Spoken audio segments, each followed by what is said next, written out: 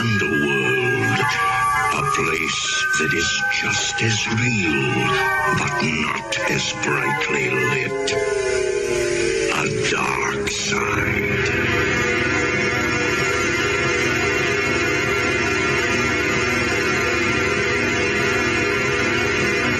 The following contains images of graphic violence. Viewer discretion is advised. And the Oscar goes to Philip Seymour Hoffman in the podium. What happened to you? Hey, Ruben, I'm in a situation here. We have to leave now. Well, no, can we stay a couple more minutes? Dude, no, this is serious. I just sharted. I don't know what that means. I tried to fart and I'll shake your mouth. I just sharted. All right, now let's go. I'm sorry, sir. What the hell was the matter with you? I'm sorry. Why did you do that, Scotty? You look at me sometimes. What? I want to know if you like me. Well, of course. Yeah, I like you, Scotty. Can I kiss you? Scotty, I don't... Please, can I kiss you on the mouth? No! Please let me. Scotty! I'm really sorry. I didn't mean to grab you like that or scare you or anything. All right. Do you want to kiss me or... Scotty! No? What's the matter with you? Forget it. I'm really drunk. Really, I am. I'm out of my head. I'm really wasted. Really, Dirk. I'm really just wasted. I'm crazy right now. I'm really crazy.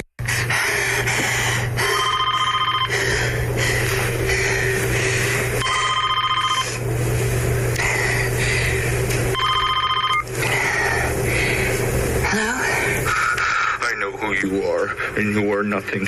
You think you are fucking something, but you are fucking nothing. You are empty. You are a zero. You are a black hole, and I'm gonna fuck you so bad you're gonna be coming out of your ears. Are you alone? Yeah, I'm all alone. Nobody's listening in. Don't worry. Gosh, you're just like me. What are you wearing? You mean when we go out? Where do you want to go? I mean, I'm pretty easy to please. I hate getting all dressed up. What are you wearing now? Just a pair of jeans, why? Are they tight? Not too tight. Actually, they fit pretty good. But why do you want to know? Not the jeans. Underneath. What are you wearing underneath? Check. Underneath. Well, the Damien underneath is just... This isn't Damien, is it? Are you all wet? Is your pussy all wet?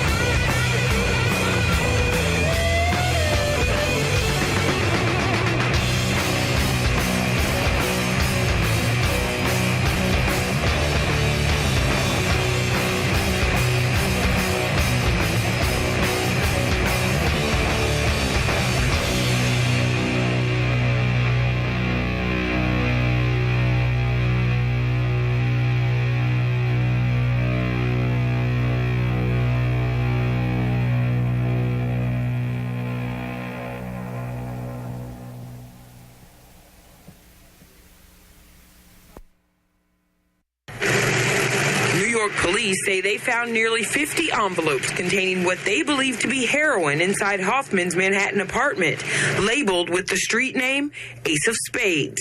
Also in his apartment, more than 20 used syringes in a plastic cup, several other bags containing white powder and prescription drugs. Police say they responded to a 911 call from those friends at 11:36 this morning. When they arrived, 46-year-old Hoffman was unresponsive, lying on the bathroom floor. A law enforcement official telling ABC News a syringe still in Hoffman's arm.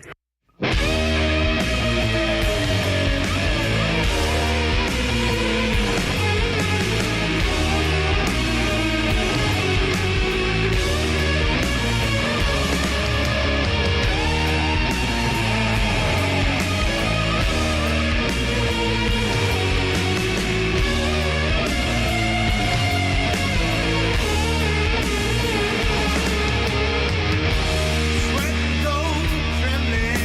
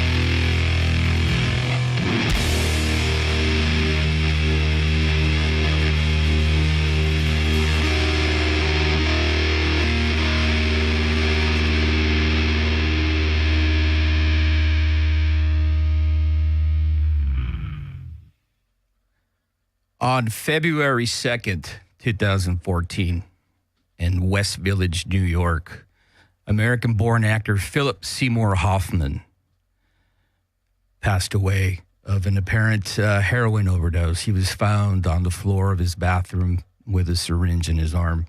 Such an incredible actor who was able to touch so many with his films and the characters that he portrayed, including myself.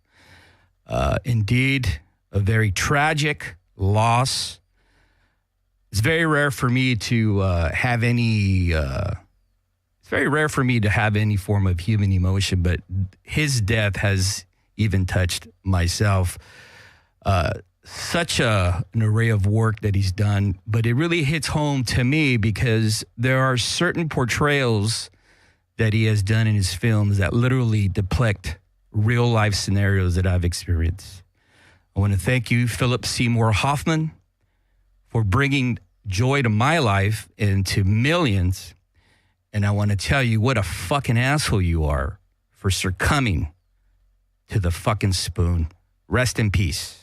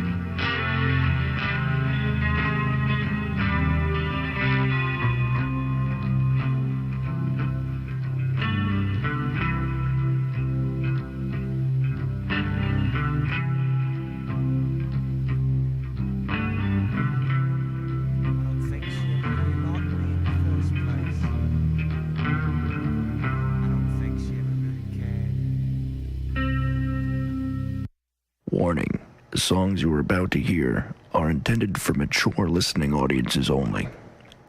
If you have a weak mind or heart and don't like words like shit, fuck, or cunt, then please refrain from listening any further. Stop with some real music. It's showtime! We have seen imitators. We've also seen duplicators. But now, it's time for the originators. All right, Los Angeles and the rest of the world. You know what time it is. Subversive radio at its finest. Only the real deal when it comes to true underground extreme music. I am your host, Jimmy Cabs, and I'm glad to welcome back. I can't believe you're actually here. Here's Johnny. Johnny! Hey, now. It's good to be back. Thankfully, I was able to find somewhere to park.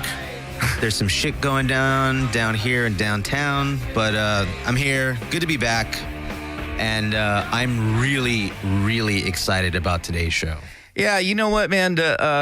I got to get in the right head of mind. I'm still kind of really bummed out from last Sunday's news of the death of Philip Seymour Hoffman. Going back to the sound bites you were playing from Happiness, one of my all-time favorite movies, period. And again, one of Philip Seymour Hoffman's better roles.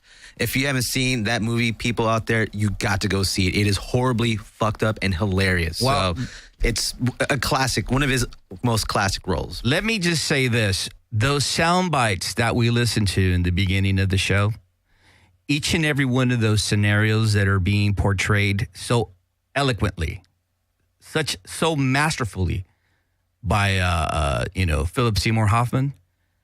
The reason why it's very rare that I connect with an actor. I usually don't give a fuck. When I hear about somebody overdosing, especially like a high profile artist, I'm like, fuck them.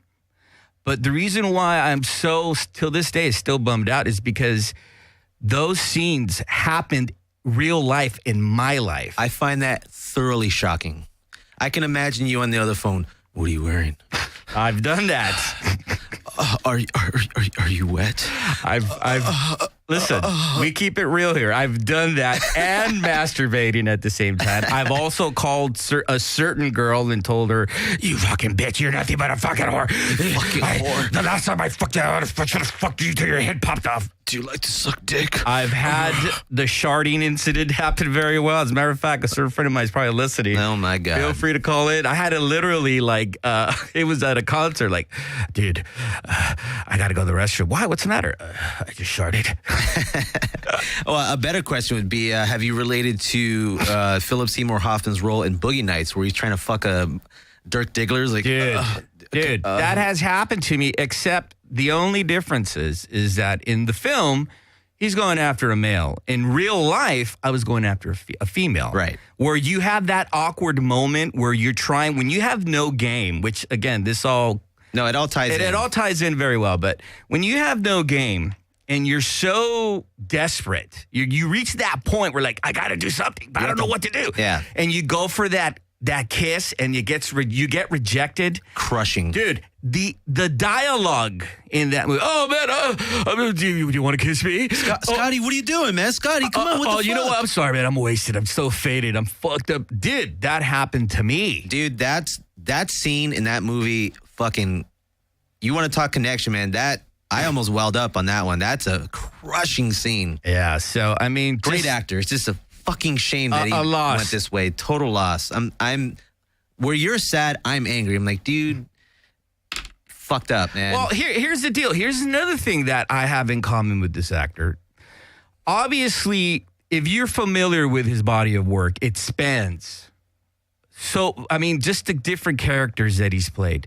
But you can tell, even back then, that he was a dark individual. As you know, Lost Johnny. I mean, I'm a fan of film, and in particular, a lot of his films, and even from, oh boy, Hard 8. I mean, that's one of his first movies with. That's another one. I was talking shit at a crap table in 2000. I mean, you can tell immediately that this guy is no fucking joke. He is high level, and he's coming from a dark place. Even Punch Drunk Love, dude, he played a gnarly dude in that. When I was employed, this is what I'm telling you, why I relate. Because I had a couple of friends reach out to me in private conversations. You're such a fag. You're posting about what the fuck's wrong with you. I'm like, dude, I related to this guy so much because a lot of those characters, like I said before, these scenes were literally out of my life. I've called someone when I used to be employed and wanted to file a complaint, except I did it in person. Why don't you just shut the fuck up? Who's your manager? Why don't you shut the fuck up? I've done that. But again, it's the darkness that I really had in common with this. As you know me in real life, you know I could be a very dark individual. I know. And you also know that at times I've gone to the razor's edge with certain substances. I'm well aware. I've been an advocate, especially, here's the deal. When you're like your teenage adolescent years up to like 25, you got a green light to do whatever the fuck you want. It's true. Okay? Once you hit 25, 30, that's when you start getting the caution signs. Okay, you better slow it down a little bit. The check engine light, so to speak. Yeah, you better, reevaluate your party situation. Are you hooked on anything? Because there's just some people that are snappers. But overall, from 30 to 35, if you're a stubborn, stupid, ignorant fucker, you're gonna push that engine. Yeah. Okay, and you might still get away with that activity, but dude, it's a lot harder to get out of that rut of habits. Once you go past a certain age, like if you're that guy when you're 35, 40, even 50, you're like, dude. Well, here's the deal. I've been that guy. And at the back of my mind, I'm like, dude, I'm 43 now. Like I came to a realization where, you know what? I've burned the candle way too much. Now I am guaranteed a stroke or a heart attack. And it was funny because last Christmas, I had 2 friends that had to be rushed to the emergency room because there's, mentally, you still think you're fucking 18. Yeah. It was Christmas, boy, oh boy. And they found themselves in the ER, with serious problems. With serious problems. And so the point is obviously this guy, played that game. It goes back to the whole deal of guys like that, and I have to emphasize guys like that are so intense and they're so, for lack of a better phrase, extreme with their talent. They're constantly at the edge. Yeah. They don't know moderation. They don't understand, hey, dude, fucking chill out for a couple months or even a week.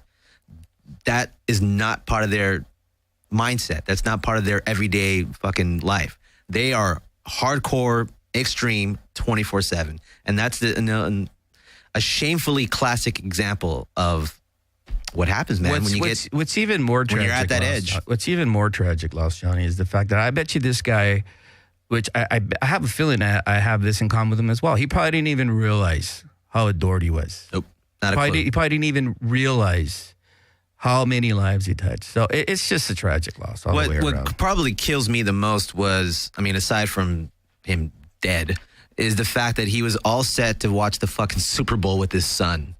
That sucks, dude. And that kid's going to fucking have to bear that for the rest of his life. Like, all right, Dad, we're going to watch the fucking game. I'm going to start crying. Let's move it along here. You're bumming me out. All right, let's pick up the spirits here. Yeah. Welcome back. It's good to be back. We played some songs.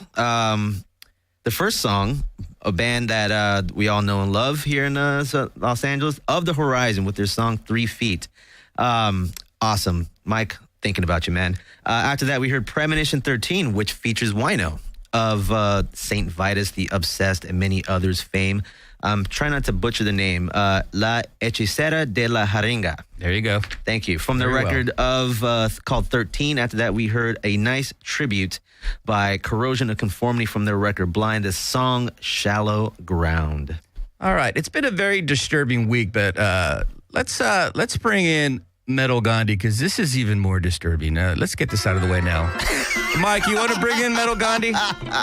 Come on in here, man. Sit down right there. He's wearing shoes. That's a step. As you may or may not know, Andrew Bensal of Metal Assault, as I refer to him as the Metal Gandhi, he's a local music journalist. Goer to every single fucking show that is in the Southern California area. Dude, he goes to everything. Every fucking show. Let's go. Hey, how you doing? Welcome. You got to put your headphones on, son. Why do I have a taste for curry? I'm just kidding. Welcome back to the Very Manic Jimmy Cab Show. Aside from all the disturbing stuff that happened this week, in Afghanistan, there's still the detainee of the special officer over there and a canine. Yep. Jesus, there's also a hostage situation in North Korea as well. Yeah, and then there's also the Olympics out in Sochi with all that madness, but also the fact that in 2014 we're still fucking bashing gays, but really touched me, aside from the Philip Seymour Hoffman death, was the fact that you shared with me an experience that happened to you recently after this is during the NAM. I hate NAM. Why do you go to that? Why do you go to that? Torture. Just as a journalist, just to cover it, It's nothing, no other reason, All right. Well, you know what? Again, another excellently portrayed scenario that Philip Seymour Hoffman did in Almost Famous. I've actually had this encounter with you where I told you that, listen, if you are going to be a music journalist, Okay. And this wasn't something that I lifted from the movie. This is just someone told me this 20-something years ago. These guys are never going to be your friends, kid. You know what? If you're going to be a real music journalist, you're not a rock star, dude. Oh, I know. You're not a popular guy. Yeah. If you're going to be a real writer, then you got to really keep it brutally honest and true. If you want to be a loved, adored rock star fucking guy, then you'll be what I call a fluff writer. Right. And that separates the real from the poser. Right. Okay. I thought in the beginning, I was very highly critical of you. I thought you were kind of really going in that fluff road, and I shared that with you. And then I've seen you develop as a writer because you're still relatively a young man. If you say so. Oh yeah, you are. But one of the things that's interesting is the fact of the way the impact of our so-called opinions.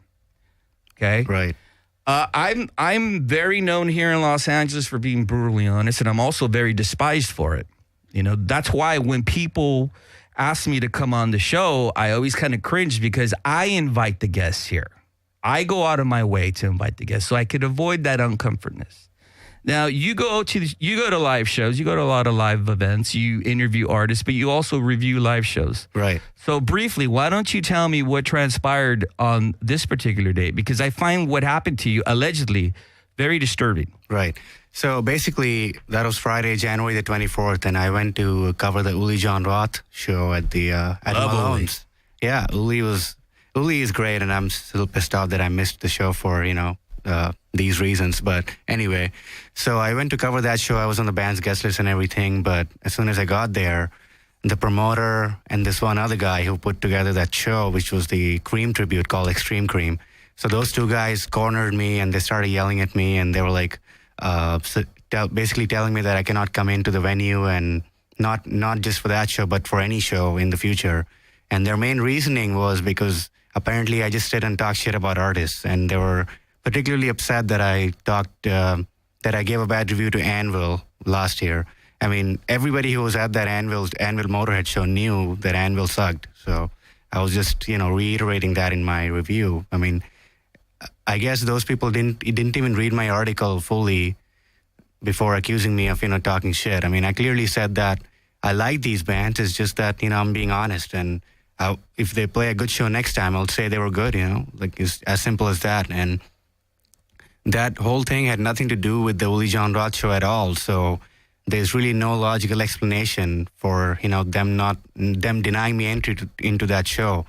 And whatever he was commenting after I posted the article which described this incident, that doesn't make any sense because, in the end, he didn't let me in. Mm-hmm. So instead of the article that I wrote about, the article titled Nightmare on Dyer Road, which is on my site, metalassault.com, instead of that, you would be seeing a review of the show, right? So, bottom line is he didn't let me into the show for these reasons. Let me backtrack here. So you show up to this event, right? Right.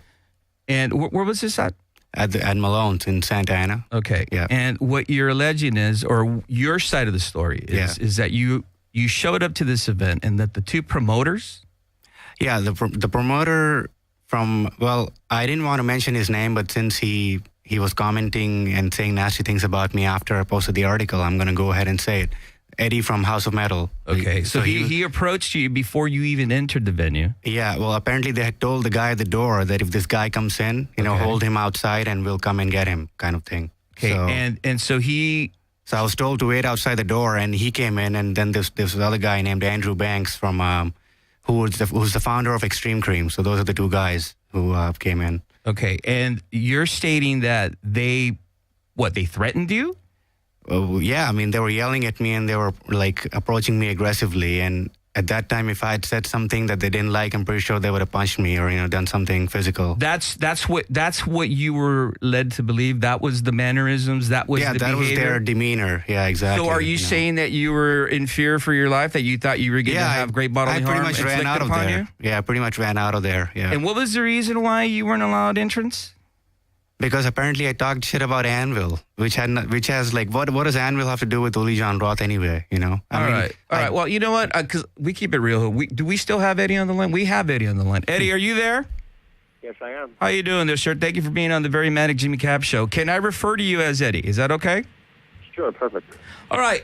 What is your side of the story on this? Because obviously there's two different stories, and somewhere in the middle is the truth. What is your description of this event? Well, excuse me. Basically, what happened was I didn't know who Andrew was before the day.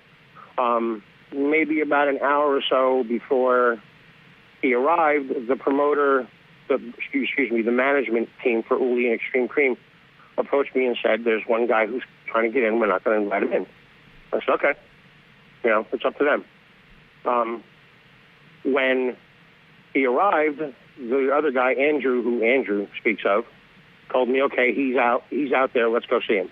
So we went out and saw him. We met him on the curb on Halliday, which was about 10 feet from Dyer Road, busy street. This dark corner that he referred to in his article was also about, I don't know, maybe 15 feet from the loading door and the main entrance. Did he get yelled at? Yeah, he sure did get yelled at. But, I mean, I don't know. I didn't even know what was going on. I stood there and watched Andrew rip into Andrew. I think I may have said, that's not right, man. This is how these guys make their living, which was my input. I didn't say a word to him. I didn't even know what he was about. And Andrew Banks, who he was talking about, waved a finger in his face, yelled at him, and the last thing I remembered was Andrew saying, you know what, man, I'm out of here. And he walked away. And he yelled at the other Andrew as he was walking away. Okay. And that was pretty much the nightmare on Dyer Road that he experienced. Okay, so in no way, shape, or form was he physically threatened at all, is what you're stating. People were walking the venue. Artists were walking through the loading door. I was waving to people as they were coming in. Right. He wasn't threatened. There was no dark corner. It was on the sidewalk, 10 feet from a busy intersection. So I don't know which dark corner he's referring to, and I don't know how his life was threatened. Right. Because you would understand that. I mean, I'm assuming that you are over 18 years of age, correct? Way over 18. Okay, so yeah, I don't know if you're like me trying to, wear moisturizers and deny your age, but we're technically adults, so I'm sure that you know that not only threatening somebody with great bodily harm, but even the attempted threat is, it puts you in a serious situation, not only criminally, but also liably. So, I mean, you being a promoter, you know that that's not proper protocol and proper behavior, right? Correct. Okay, so you're stating that you or your partner or the promoter of the event never threatened Andrew Bensall.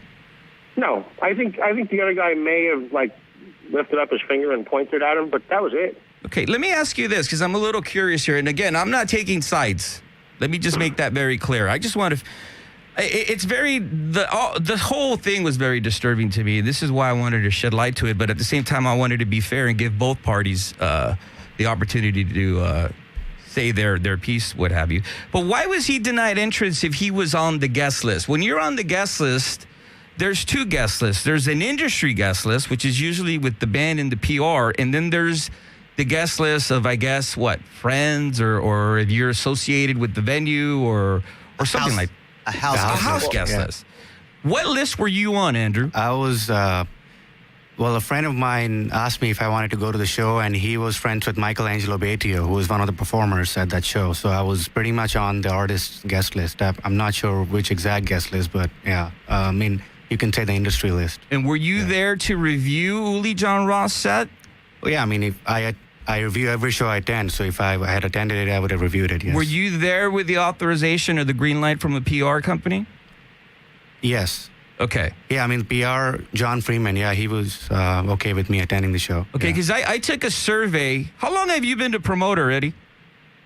About 3 years, maybe 4. Yeah, because I've heard nothing but spectacular things about you as well. This is what I find interesting. Everyone that I talk to that is from your area, said that those allegations do not in any way, shape, form portray your personality in the way you run shows. I've only been to Malone once, and I found it to be a very pleasant place. I don't like Orange County, but I found it to be a very pleasant place. I professionally run, et cetera, et cetera.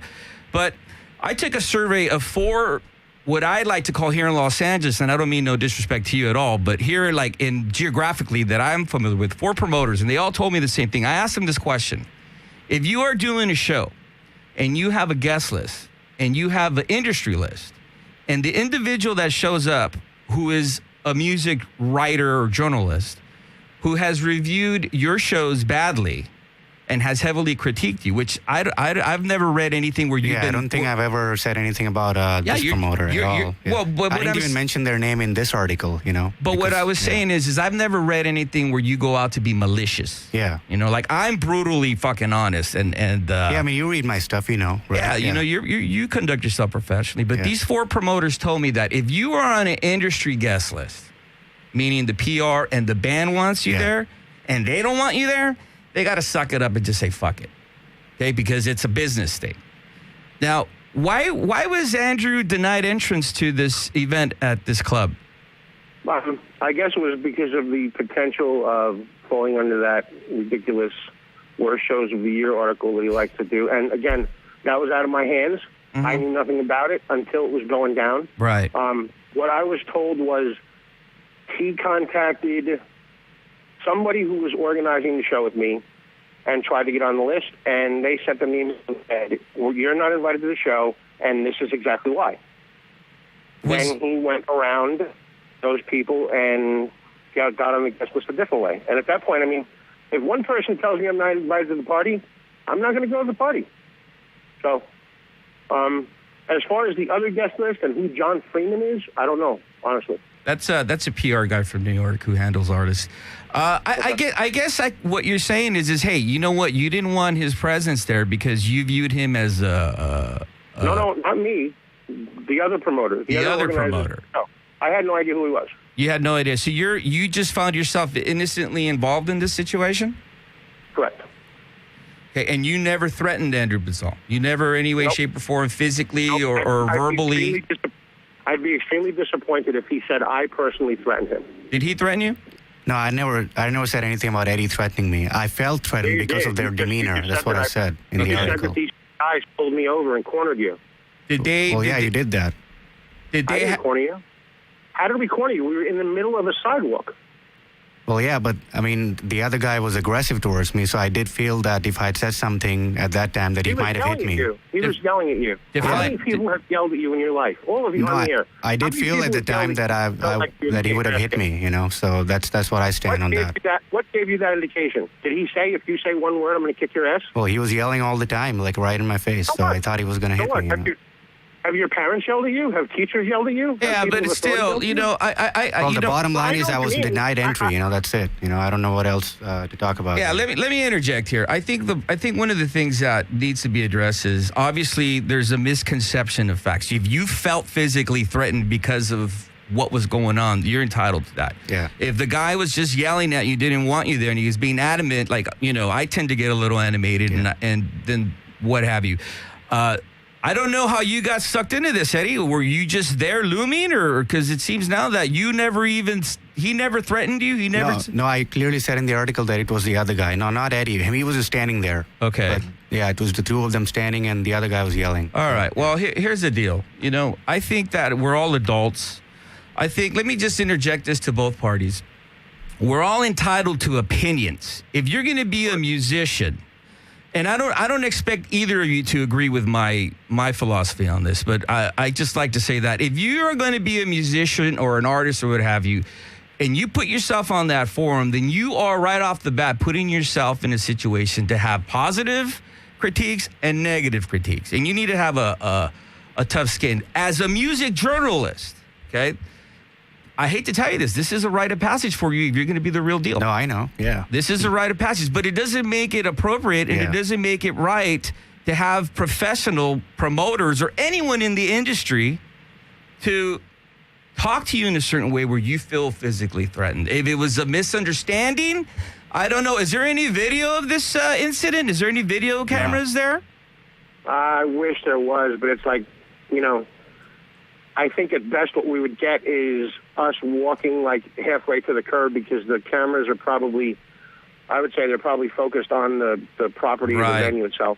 I would understand if you showed up and let's just say hypothetically, I would understand that type of response. Like if you showed up and you were making comments of the venue in a destructive and defamatory manner, if you were slandering the promoters, I would understand that, but even then, it is not appropriate to conduct yourself. And I didn't even do that anyway. You know. Yeah. At the same time, it seems to me like Eddie. It seems like you got caught up in something here that really was he even a part of this?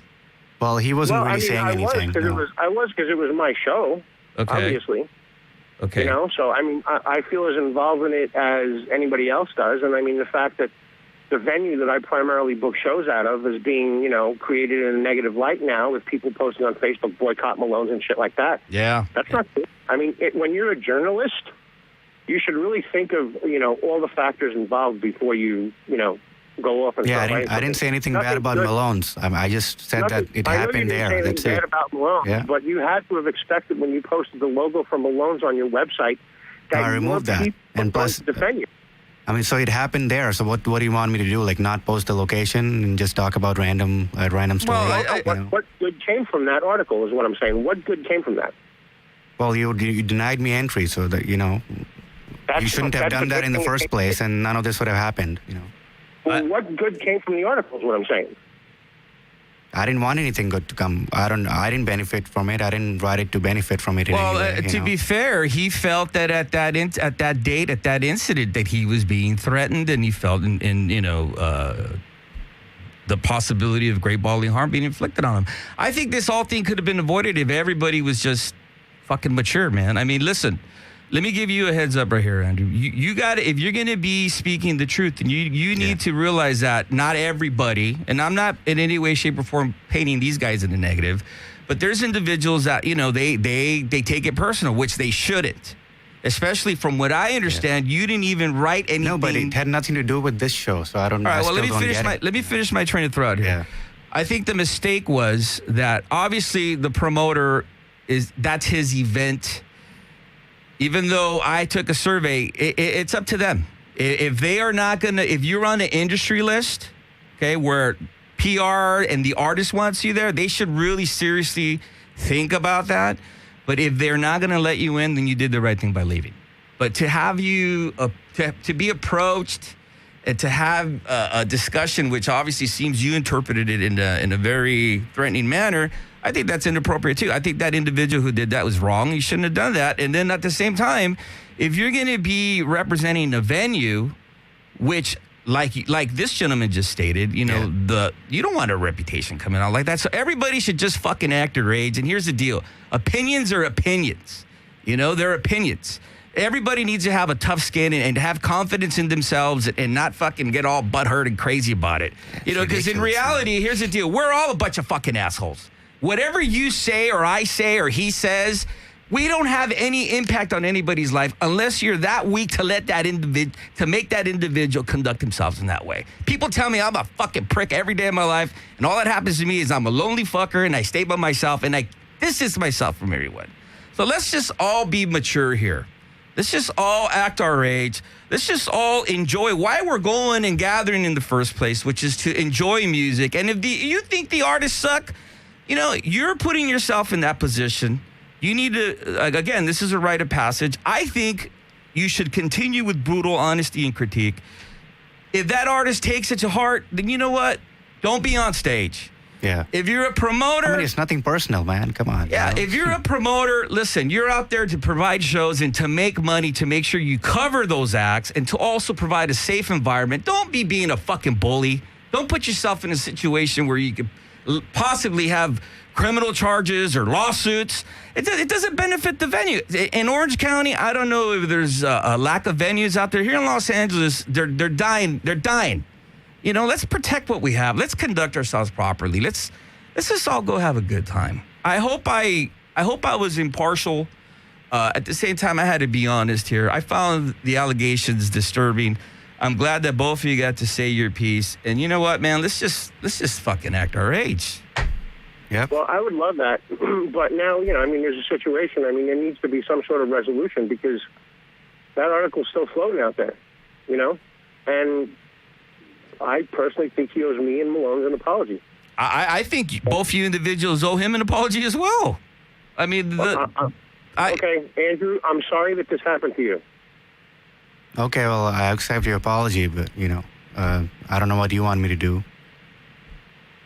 Well, I mean, you're a journalist, so you speak through your words. I'm sure you can figure out what, The guy apologized, dude. The guy, I think, to be honest with you, Eddie, I think we got the wrong guy on the phone. We should have the other guy on here. Yeah, exactly, I think we have the wrong guy here, but I mean, he apologized. He took responsibility. Okay, no, I accept the apology. Yeah, I mean, I guess you misread my article in the sense that, I mean, I was not bashing the venue or anything, but I guess it does put it in a bad reputation. You were still putting it out there is what the problem was. Yeah, well, I was simply reporting the event. But anyway, I didn't intend to bash Malone's or anything. So if I did that, then I guess I apologize to you for that. I know, but yeah. I mean, I don't want to sound like a dick, but the article's still out there. So I would appreciate it if you did the same thing in a positive light for us that you did in a negative light for that night, personally. Oh, you want me to write another article? I would. I think that's only fair. Okay, I'll think about that. I mean, I'll have to think about what I'm going to write. But I would like to. I still would like to hear from that guy who was yelling at me, Andrew Banks, because he. Well, he here's the deal, man. You know what? Bottom line, let's just all take this as a learning experience, and let's just act our fucking age. You know what I mean? If you really have an issue with something that a writer writes, then you really need to look at yourself more thoroughly and fucking act your age, first of all. But number two, you know what, man? Let's just stop this fucking behavior, because these are the types of incidents that really escalate to a whole other bucket of bullshit. And the next thing you know, sometimes people could get hurt, man. Like if someone comes to me and if I feel threatened, even though I look like a fucking pussy, trust me, I'm swinging. So I'm glad that you were able to restrict yourself and refrain from doing anything like that. But at the same time, man, you know what? There's always a spark that causes shit. I mean, I don't understand, and I can't understand why someone would come talk shit to you about not wanting you at your show. Yeah. But whatever. The guy apologized. You're obviously going to I apologize because it happened. And I apologize for knowing the entire details of the night. But I mean, as far as him getting yelled at, I don't see what the big deal is. If he took that as a threat against his health, I don't know. Well, it just goes to show you, man. I mean, in this society, dude, some people some people could take it, some people can't. Some people feel threatened right off the bat just by a menacing stare. I mean, that's why we have laws in place, and that's why, we are supposed to conduct ourselves in a civilized manner. But anyways, I got to move it along. You should have thick skin as a journalist, just like those artists that are covered do as well. I think, Andrew, after this, you do have a thick skin, right? Like, you need to understand that you, my friend, are not a rock star. You shouldn't be out in all the photos and the videos, and you are... Dude, whatever it is, bottom line is I shouldn't have been denied entry, and that's that. I'm done with this. That's all I have to say. That I shouldn't have been denied entry into that show. That's it. All right, let me just leave you with the very wise words of Philip Seymour Hoffman. You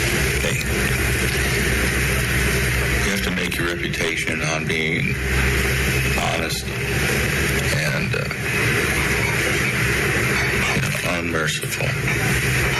Unmerciful. So there you go. I want to thank you, Eddie. House of Metal, is that correct? Did I pronounce your name right? I want to thank you for... I want to thank you for being on the air with us, man, and thank you for being a big man and apologizing. Andrew Basal, I want to thank you for showing up here and... Well, thanks for having me. Clearing up the facts, I guess. I mean, I'm confused more than ever, but I got to move it along here. So thank you both for being here. All right. Hands off, Jenny. Let's play some music. The tragic death of actor Philip Seymour Hoffman, a performer who was known for his extraordinary range. He was also known for his honesty about the struggles he faced away from the public eye. Tonight, investigators at his home after what they believe was a heroin overdose.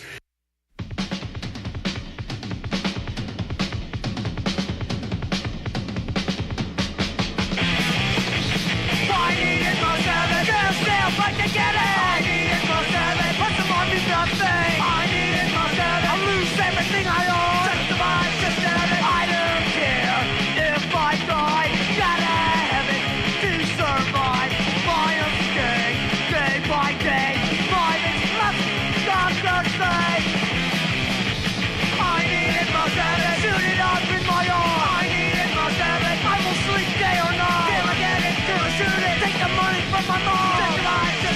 Who cares about this war?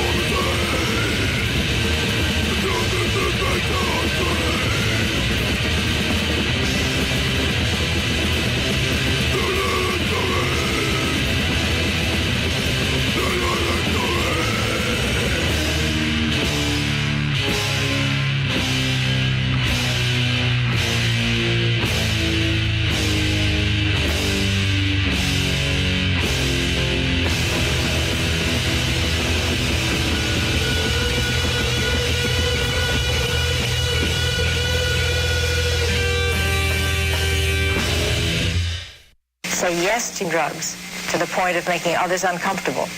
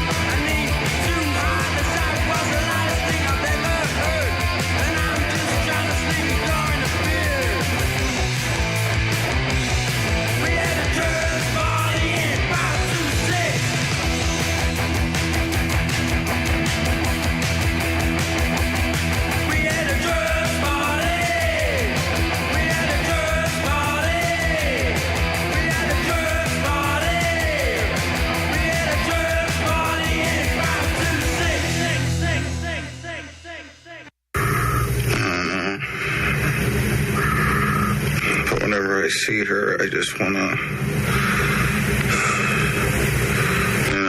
I want to undress her. I want to tie her up. I want to pump her. Pump. So she screams bloody murder, and then I want to flip her ass over and pump her even more. And it's so hard that my dick shoots right through her and that my cum squirts out of her mouth.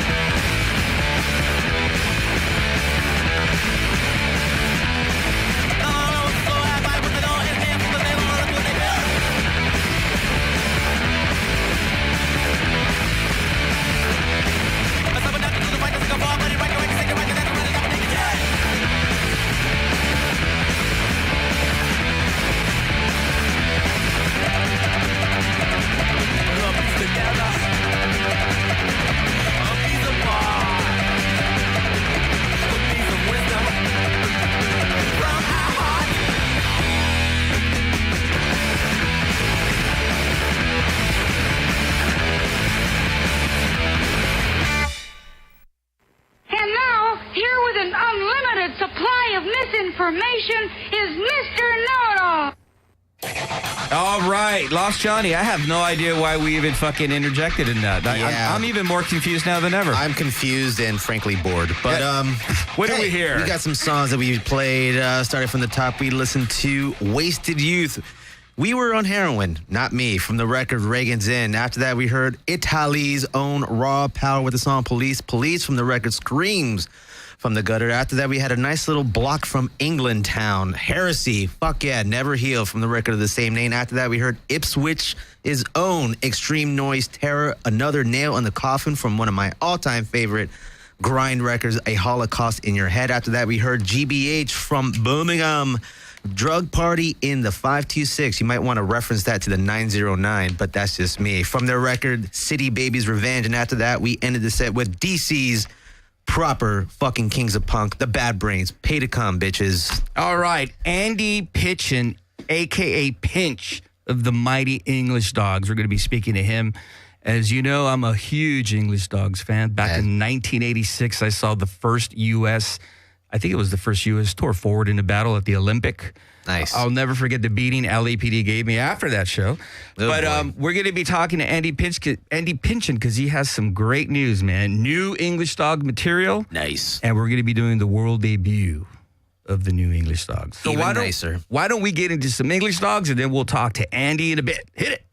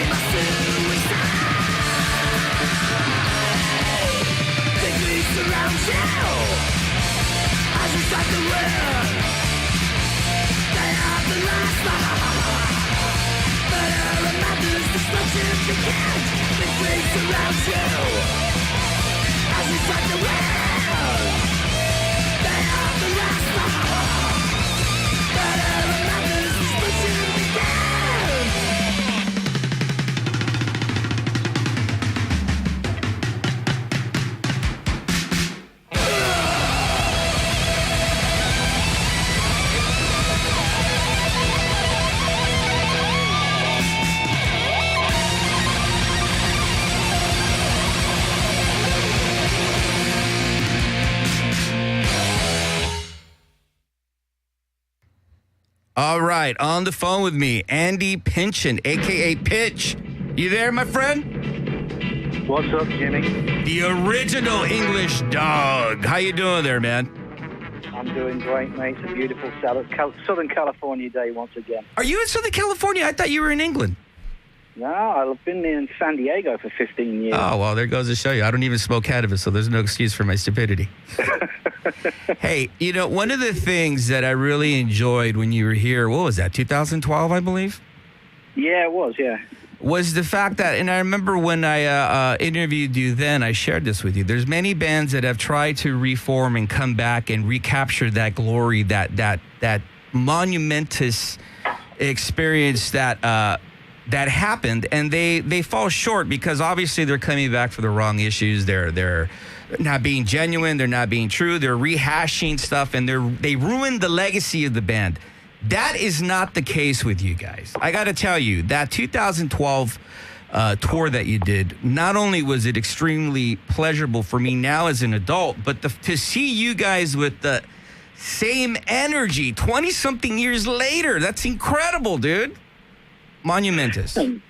Nice of you to say, mate. We felt really good about that tour. It was just a toe in the water for us. We always felt like we kind of sold ourselves short by really, the circumstances of the time didn't allow us to, kind of explore what we really thought we had, and we just called it a day before I think our full potential was realized. So it was good to come back and find out that people actually thought that we were worth a fuck. It was very encouraging. Was it also rewarding for you to finally get the recognition that you deserve? Because I always say this to artists that criminally are never, ever acknowledged in the so-called history of music.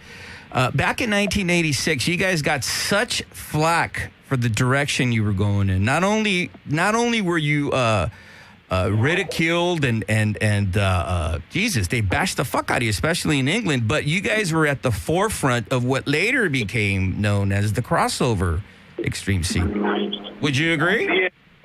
Yeah, it's unfortunate, really, that a movement as, self-proclaimed, open-minded as the punk rock movement, they really kind of closed ranks, and they divided like an already divided movement into all these subcategories. And, aren't we all fighting for the same stuff? I mean, regardless of what kind of noise comes out of your equipment, once you like punk rock and you start liking something else, does it mean that you're not allowed to like punk rock anymore? That was our kind of argument, We'd grown our hair a bit and we'd learned to play our instruments a little bit better, but at the end of the day, we were still, the same people. Yeah, what's even more interesting is you influenced so many bands after that release. And I also find it criminally offensive that you are not recognized as that as well. Do you find it troubling? Not really. We kind of came along, did a thing, went away, and didn't really think anything about it. So, I think it was just the fact that we felt like we had unfinished business is why we kind of ended up doing that U.S. tour. It was just the right thing to do at the right time. We were all in the right place for it. We were all available. We were all, I think we all kind of thought the same thing. Let's give it another shot, even if it's only this one thing. Just, get back together and see what it's like being in the band again, because we always got along great. And to say we got along great on that tour is an understatement. I mean, me and Giz have had so many, literal physical fights over the years. I feel sorry for the guy. But you know, he could put it behind him. I put it behind me, and we moved on, and you know, just got back together and found that, holy crap, you know, we've got some kind of chemistry together still after all this time. So Yeah. that's what pushed it. What I really enjoyed when you guys came back in 2012 was not only the fact that you were genuine and real on stage, but as you mentioned, the chemistry was still there. I asked you then, and I ask you now, were you any way, shape, or form nervous to try to attempt new music? Because the legacy is so impeccable, man. I mean, it's so untarnished. Or were you excited to get back together with these guys and write new music? Oh, well, totally. I mean, you know, it's nice of you to say all that, but like I said, you know, we never thought of it like that. We were just doing what, you know, we were kids still. We were just doing what we liked, and it just felt like we were pushing the boundaries, and we were doing stuff, or we were trying stuff that was beyond our ability, and you can obviously hear that from the records. I think that's part of the charm that people like about it, is that, I don't know, it's still rough and raw, and it's a bunch of kids just trying to do some shit that they're into. So yeah, I mean, I'm really stoked that we've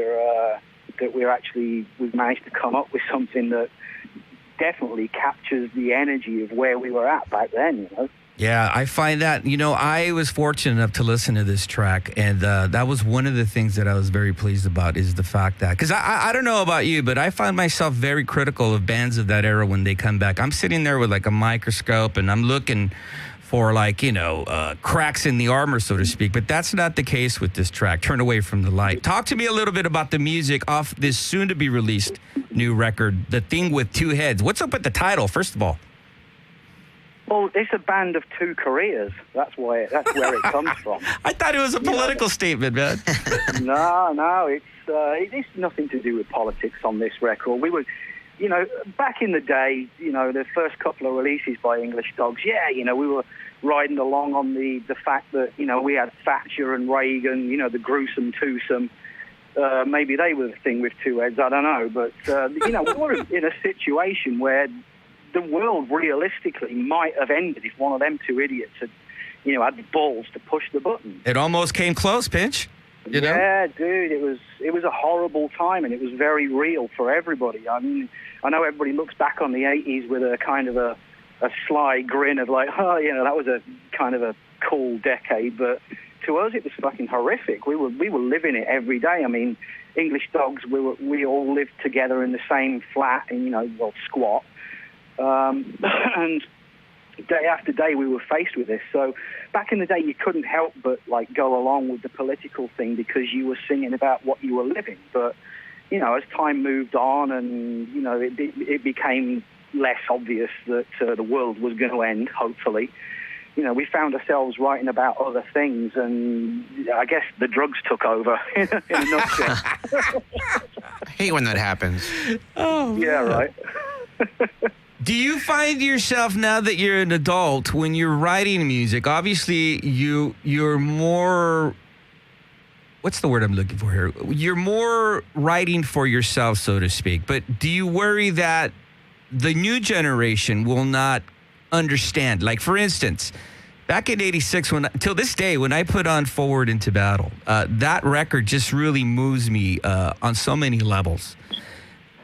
Because you made that connection with me. Do you think about that when you're writing new material? And obviously, you know, The Thing with Two Heads. Did you put that into play, or was it just all of you just collectively just enjoying yourself where you're at now in this day and time? Well, I mean, the way Thing with Two Heads came together was really down to the reaction that we got from that Forward Into Battle tour in 2012. It was like, wow, okay. It was incredible. Yeah, we can probably, you know, put something together, and as long as we can capture what we had, because like you said, I hate it when bands come back and you excitedly, like, you know, download their record and it's like, oh, shit. Yeah. It's really disheartening, but the only way I would even, like, start, you know, putting this record out there or this music out there is if we felt that we captured what we had, and I think we definitely have. I mean, the writing process for this record was really weird. Like, after that tour, Giz, he's always been influenced, bless him, by things around him and things in the here and now. And he came to me with a song that was definitely heavily Casualties influenced, because they'd been so great on that tour. And he'd seen, you know, that they really tapped a vein of the current, like, punk scene. And, yeah, they're kind of legends in their own right, you know. But I'm like, no, Giz, you know, this is okay, but this is not us. This is not what we want to be doing. We want to be just immerse yourself into the ends of the earth and forward into battle, because they were our, you know, most, not successful, but probably personally successful. They were the closest to what we really believed in and what we could, like, you know, try and come up with at the time. So I you know, fiddled about with some stuff, sent it back to him. He sent it back. I'm like, yeah, you know, it wasn't very encouraging. So, you know, I tried to explain to him where we were coming from and, you know, listen to John Murray's riffs, listen to your riffs back in the day. English Dogs were always a great riff band, always like really kind of overblown, challenging stuff. Let's try and do something like that, but with all the fat trimmed. Let's just get rid of all the, you know, 8-minute songs and just get in, do the business, and get out and see what it sounds like. So he sent me a track. He sent me another track, which is called Gorganized on the new record. And I was like, yes, that's where we're at. That's exactly what we want to be doing. I was absolutely pumped by it, and I wrote a lyric to it. You know, bear in mind, we all did this in our own home studios. I've got like a lockout rehearsal space. I've just got my kit armed with Pro Tools. I just go in there and, you know, we were flying stuff backwards and forwards, file sharing. And even though we weren't in the same room, we were in multiple contacts every day and going, no, not like this, like this. How about trying this? And what about that part? And let's stick that bit in there. And we kind of crafted Gorganized into being like the modern equivalent of the track Ordeal by Fire off of Forward into Battle. And I really felt that we kind of captured something that was like that, but without it being so overblown. And after that, he kind of dried up. And I was like, hey, I was like prodding him every day. I was like, dude, you know, what's fucking going on? We've got this, you know, let's roll with this. And he's just like, well, I'm staring at a blank tape recorder and I just don't know what to do next. And like, I was energized by Gorganized. I was like, fuck, this is like, you know, this, come on, I've got all these fucking ideas. So I was in my room and I'm like, fuck it. I've got all this shit in my head. I'm just going to lay it down as drum tracks, because I'm no fucking guitar player, or, you know, I can hold like a very, very basic tune on the bass guitar. But I thought, let's try this. I had all these ideas going through my head, and I was like, right, I'm going to write the intro, the verses, the middle eights, the everything. I'm going to write a drum track with all these inflections. And I sent it to him. 2 days later, he sent me back an amazing song, just written on top of, without changing at all, this like 3-minute song of drums that I'd put together. He's like, this is great. This is like, you know, just got my juices flowing again, because it's all written for me. It's like I'm writing to a template. So I had this week of incredible inspiration where I was like, fuck, this is obviously working. Let's just do it like this. And morning, noon, and night, I was like, I've got another idea. I've got to get it down. So I raced into my room, and I was just like, fuck, you know, here's another one, Giz. He's like, bump, 2 days later, there's another song. I've got another one, Giz. Bump, there it is, another song. Wow. That's exactly how this record came together. And once we got like 6 or 7 of these where we definitely defined a style and a feel that we wanted, then he started like coming up with other ideas as well of his own.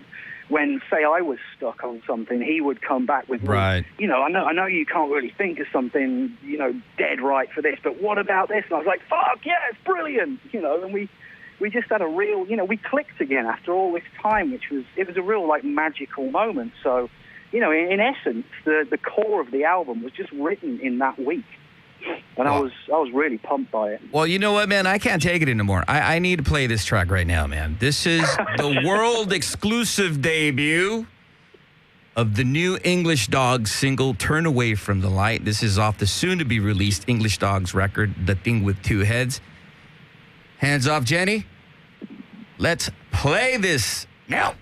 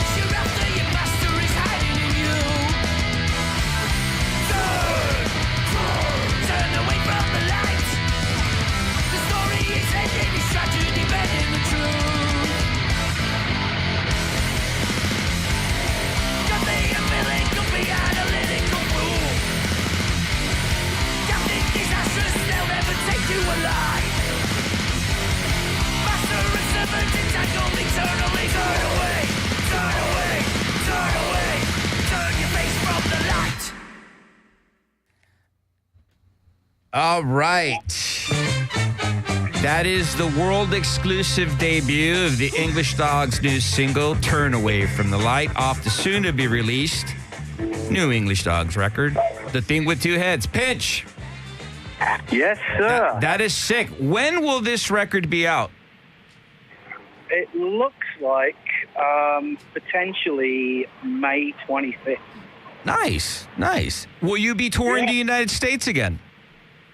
Yeah, we're definitely talking about it right now. I'd love to put something together that would be like along the lines of the Forward into Battle tour for it, with, you know, a couple of great kind of metal, you know, thrash metal bands and a punk band. I'd love to keep, you know, flying the banner for that, because that tour was just so great. I really want to do it again, but we're just talking to people at the moment. So, you know, watch this space, basically. I would love to see that, man. I mean, you guys still bring it, and you guys keep teaching these young kids. You guys keep kicking their asses on stage, man. You keep, not only do you hold your weight, but you keep teaching them a lesson. How can people get a hold and keep updated with the English Dogs? Well, we got a Facebook page that we just set up, English Dogs Metal. Not to be confused with English Dogs Punk from Nottingham, which is an old page from an old band in the UK. There's only one English Dogs. That's you guys. That's right.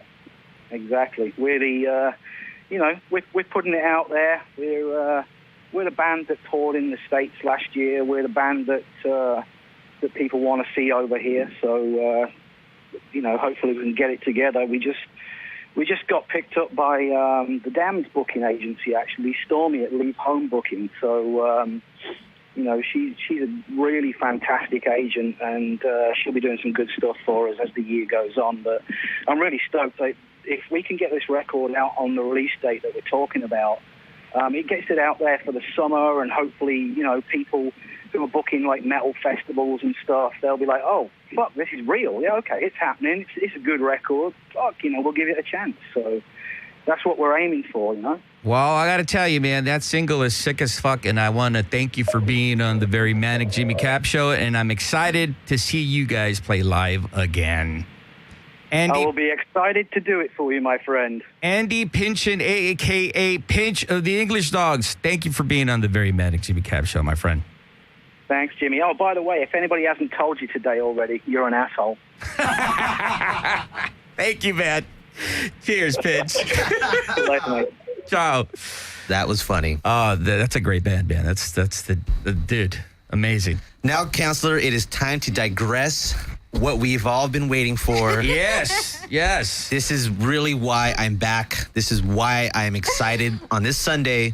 It's not Free Shit Sunday, but it's still fucking Cool Shit Sunday. Yeah, we're going to transform the show into the Valentine's Day show. Let me introduce the very lovely Dr. Lamore Blockman. How you doing there, Dr. Lamore?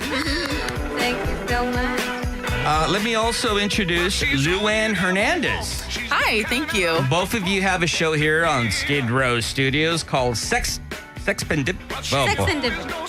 Sexpendipity. Yes, Yeah, like there you go. serendipity, but with an X. I'm sorry. I'm a Ellie Unified grad. Your show airs Sunday, 8 p.m. to 9 p.m. Pacific Standard Time every Sunday. Now, Dr. Lamore, you are a clinically licensed relationship and sex therapist, correct? Can we get the mic? Yes. Okay, we have shot a flare in the sky. We have called for you to come here and assist one of our. How could I word this properly? Let's just say he's a special case. Yeah, you know, for those of you that listen to the show, you're familiar with Gonorrhea Tony. Gonorrhea Tony is this individual who contacted me, who listened to the show, and we brought him on here. And he's a very great guy. He's got a great personality.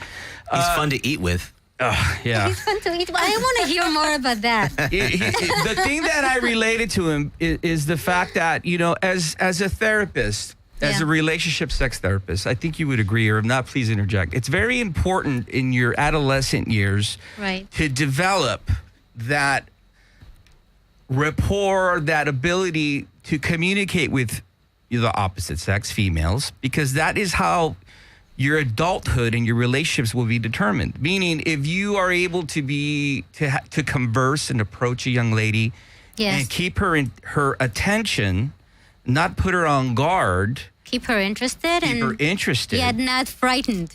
Then you would have. Would it be safe to? And Tony has failed all of that. Well, what I'm trying to say is seriously, it's important when you're. It is. It's important to develop that, because that when you become into adulthood, that determines where your sexuality will Or just relationships in general. right? Like I let me be honest with myself here. Let me be honest with you about myself. I Yes. shared this with you. Yes.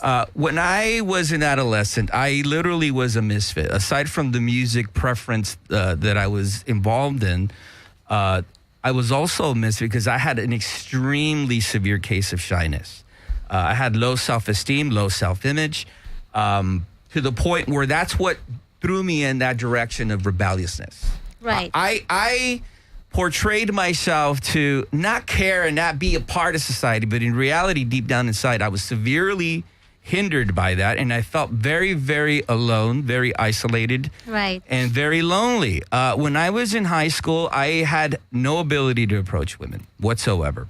Being that at the time, this is all, till this day, I'm still connected with the music. Yes. The music is what empowered me. But at the time, this extreme music was not popular. It was not known. It was a subculture that we call the underground. So, Right. so I was even more awkward. I was even more awkward looking. It was less acceptable. Yes, and at the time, law enforcement, education, education. Let's just say the stacks were wholly Dude, I was against not your going to favor. get laid whatsoever. Everything was against your favor. What ended up happening was I just had, till this day, I'm tortured by my experiences then.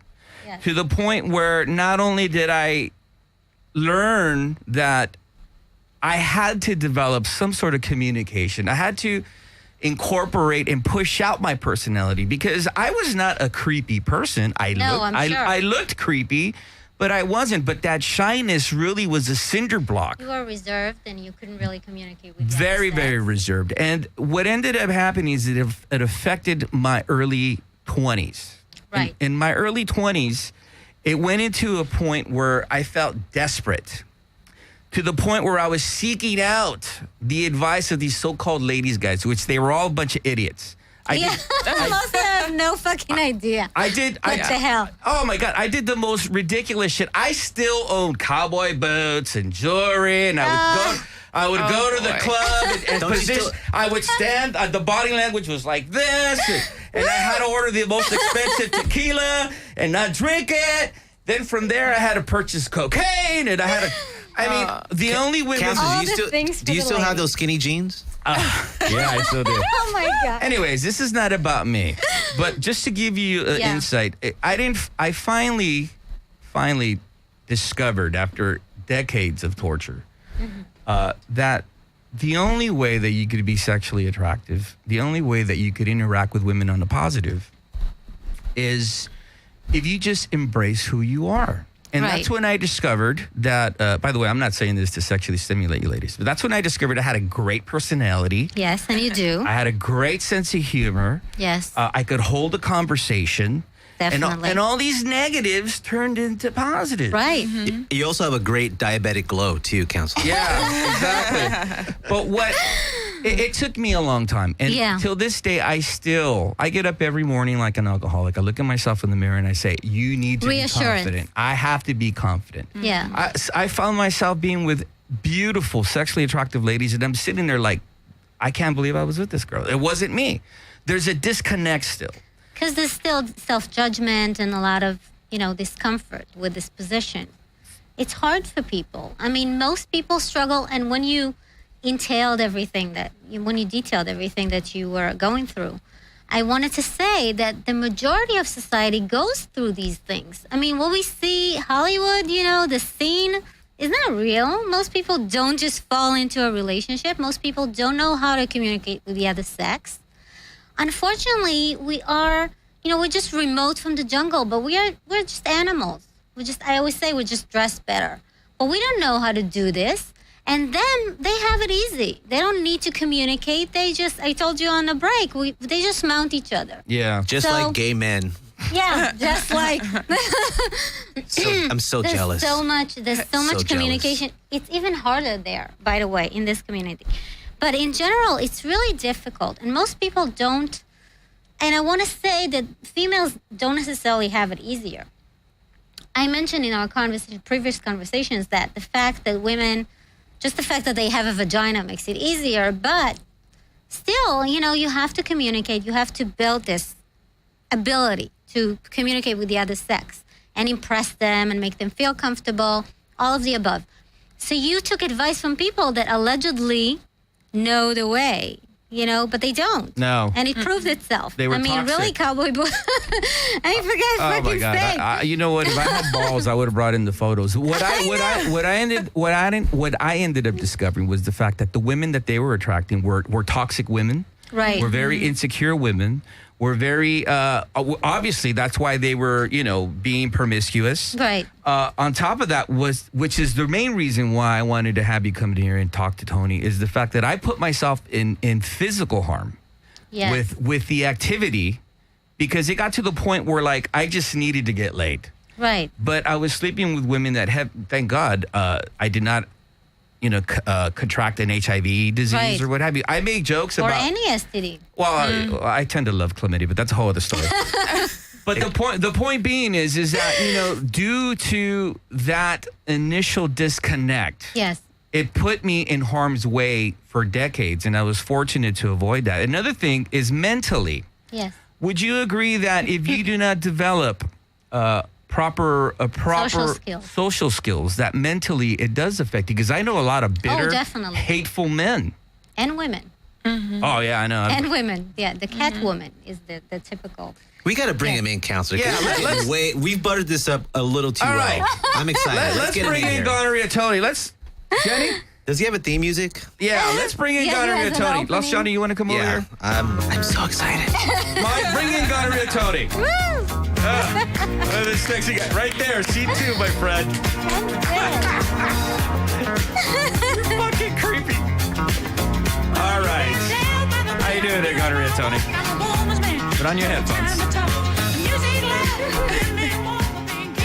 Hey, you look shy now. Are you shy? I'm nervous. You're nervous. All right, let me be very honest with you. A lot of people contacted me during the week, thinking like, "Wow," because I don't know if I shared this with you, Dr. Yeah. Moore. I'm also a very sadistic person. A lot of people contacted me during the week, stating that what I was doing with you was extremely cruel, that I was really pushing the fucking envelope of like low class behavior, and I don't explain myself to nobody, but I've had conversations with you this week where I told you and I shared my torturous fucking adventures, and this is why I brought you here, because I don't want to see you going that road that I went through, where till this day I'm dealing with issues that affect relationships I'm involved with now as an adult, as a 43-year-old male. So this is to benefit you. Okay, this is not to make fun of you, and you need to be very honest. Are you comfortable? No, I'm very comfortable. This is Dr. Lamore. She's here to help you. She's a real doctor, dude. I know she is. This is Luann Hernandez. She's also here to help you. Look at your body language. You look so fucking. He's very sweet. All right. Okay, now, does it bother you, or are you even aware that you are a creepy fucker? And I don't mean that to be offensive. No, it's true. I've seen that stuff happen. You've dude. seen that, right? Yeah, I've seen girls that, like, just they'll get a little creeped out, like kind of like Luann right now. I'm kidding. Where would we begin with this? Like, what? Yeah, how do we dive in? Talk to us about say you see an attractive young lady. Yeah. What is it that you do? What is your approach? Hey, how's it going? What's up? How you doing? So you're gonna approach any woman that you find attractive? Yeah, I was like, hey, how you doing? If I get that cool vibe off of them, I'll say hi. Hey, how are you? But if I don't get that vibe, I gotta feel that vibe for me to say what's up, how's it going, or if I see them, I'm sorry, I'm gonna be a little. No, please. You gotta be honest. If I see them if I see them walking, not even looking at me, thinking that they're the shit or that their shit don't stink, dude, I don't even fucking say hi either, dude. I'm just sorry. I'm just. I think a pullback question would be, Tony, what kind of girls, like what physical attributes do you like in a girl? I'm open-minded, dude. I mean, do you like, everything big goes girl? You like big girls, skinny girls, big asses, big thighs, whatever. I don't like no big girls either, dude. Come on. I'm just saying, I'm asking you a question. It's a specific one. Nice-looking chicks, Yeah. All right. Everything that is attractive. The thing is, I'm just curious because from what my understanding is that you don't really conduct normal relationships. Tell me about your relationship. Yeah, Tony, relax and open up and be honest, because this is to benefit you. Because I'm just curious, what kind of relationships do you have, and did you have, just in general? I'm curious about the nature of them. Today would be nice. I mean, you know what's up, Jimmy? Well, yeah, but I can't speak for you. This is to benefit you. Be honest. Relationship, yeah. Have you had a girlfriend? First of all, how old are you? 28. Okay. This is not to make fun of you. No, and be completely honest. Look, really, I want to know. Did you have any form of relationship? Not and really. how long was it? Not really. Not at all. Yeah, not really. Okay. You know, I was back in the day, we're talking about 06 or 2006. I was dating like this typical Mexican chick. She was nice looking, you know. Okay. But what turned me off, you know, was just like, I'm gonna be honest, I've never really had a girlfriend because I had a crazy life, you know, marijuana. What turned you off? Let's go back. I seen her. I've noticed she was sleeping with her own brother, and that's yeah. Well, Jesus. on that note. We just made a hard left. And I'm like, I don't want to be with that dude, you know?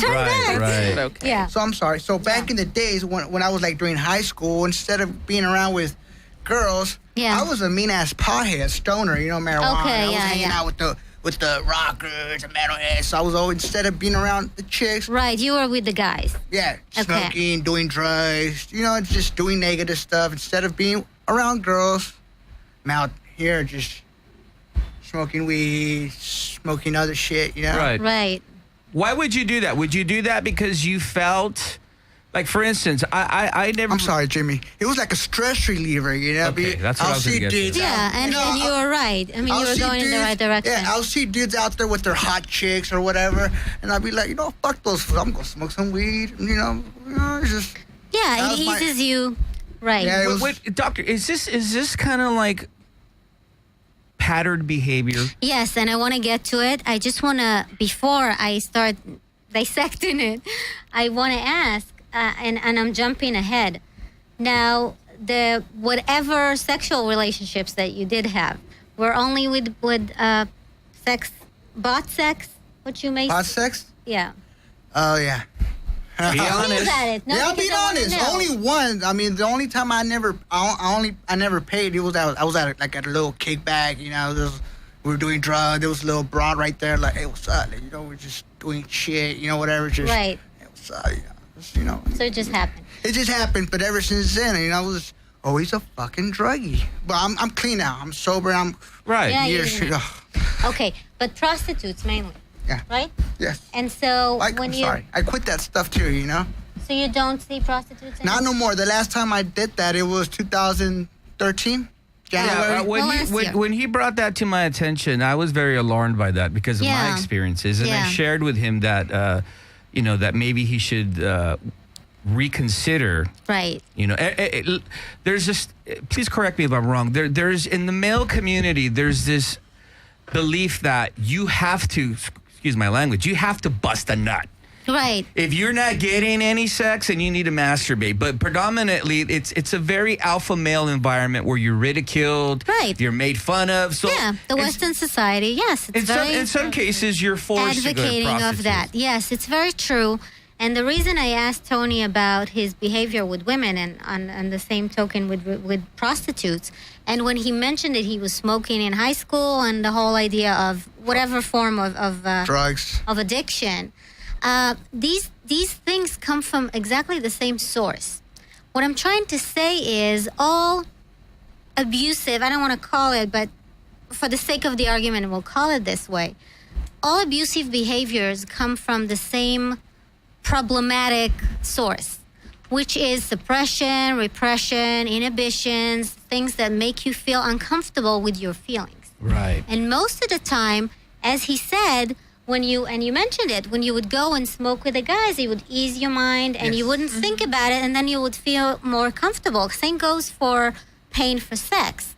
You don't have to, because society expects the male to be in conquest all the time. In Western society, it's very different. In Eastern society or tribal societies, completely different. But in our society, we really are motivated by this conquest all the time. And so if you don't engage in this activity, you're looked at as a loser, you're looked at as someone that is not achieving, you're looked at as not a man, you're a pussy. Exactly. Okay? And that's a problem, even though I resent of the use of that word, because I think pussy is great. But for that matter, it's a problem, because this is what we are taught to view as the perspective of the successful male. And so when you engage in any sexual activity to fulfill a need or a fear or an inhibition, it becomes, and I specifically relate sex to binge eating, for instance, because it's not an addiction like drug abuse or alcohol that you completely can cease using it. With food, you cannot do that. And same goes for sex. I find it that I brought you here for help, but this is more directed at me. I find myself also having a problem with overeating. Yeah, it's this. It goes from the same. I mean, last night at 4 a.m, I was like fighting, like it was like those cookies were heroin, and I ended up losing. I ate. But it is true, because if you're trying to fulfill a hole or a need, you end up doing it excessively. And this is where the problem comes from. It's not the sexual urge. It's not that the fact that he wants to get laid is what pushes him to go to a prostitute, right? It's not that, because he can masturbate or, there's other forms of release. Right. But it feels some sort of a different need that we really struggle, and all of us struggle with it to some extent. Mm-hmm. People that have a personality that is more addictive in a manner, and he kind of realized that he has that personality back in high school, and now it stays with him. So is that where the creepy traits come into play? Yes, they don't because come you're from socially the actual awkward. trait. Yes, it comes from that inhibition, from that fear.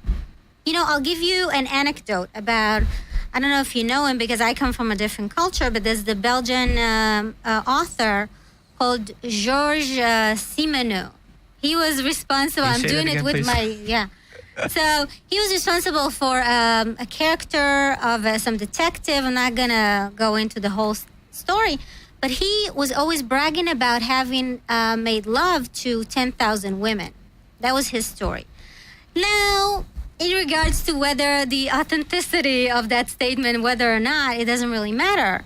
What I'm trying to say is that compulsion that he had came from a fear that he had. He felt inferior to women. And so this inferiority kind of created a fear that he had in himself, and then a rage over that fear. So it was a cycle that kept going back.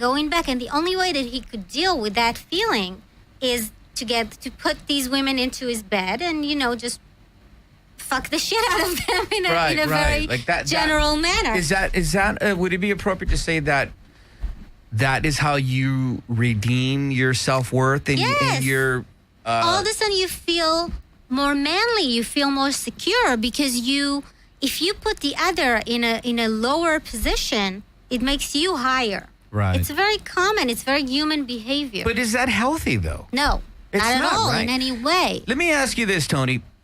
You shared with me an incident of a young lady that you were attracted to. Right. Right?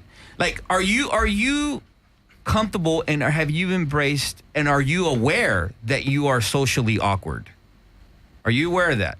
I mean, or do you disagree with me? Or no, I agree with you. You agree, right? And you do want it to change. Of course. And you do want to change, right? Because because that's half of the battle. Let's be real men here. See, I'm 43 years of age, and I still am barely getting to that point where I could have a real relationship with a woman, where I could have it evolve into a marriage and family, et cetera, et cetera, et cetera. Right. Look at where I'm at. I'm still trying to get there, but your creepiness is fucking way beyond mine. You put women on guard right off the bat.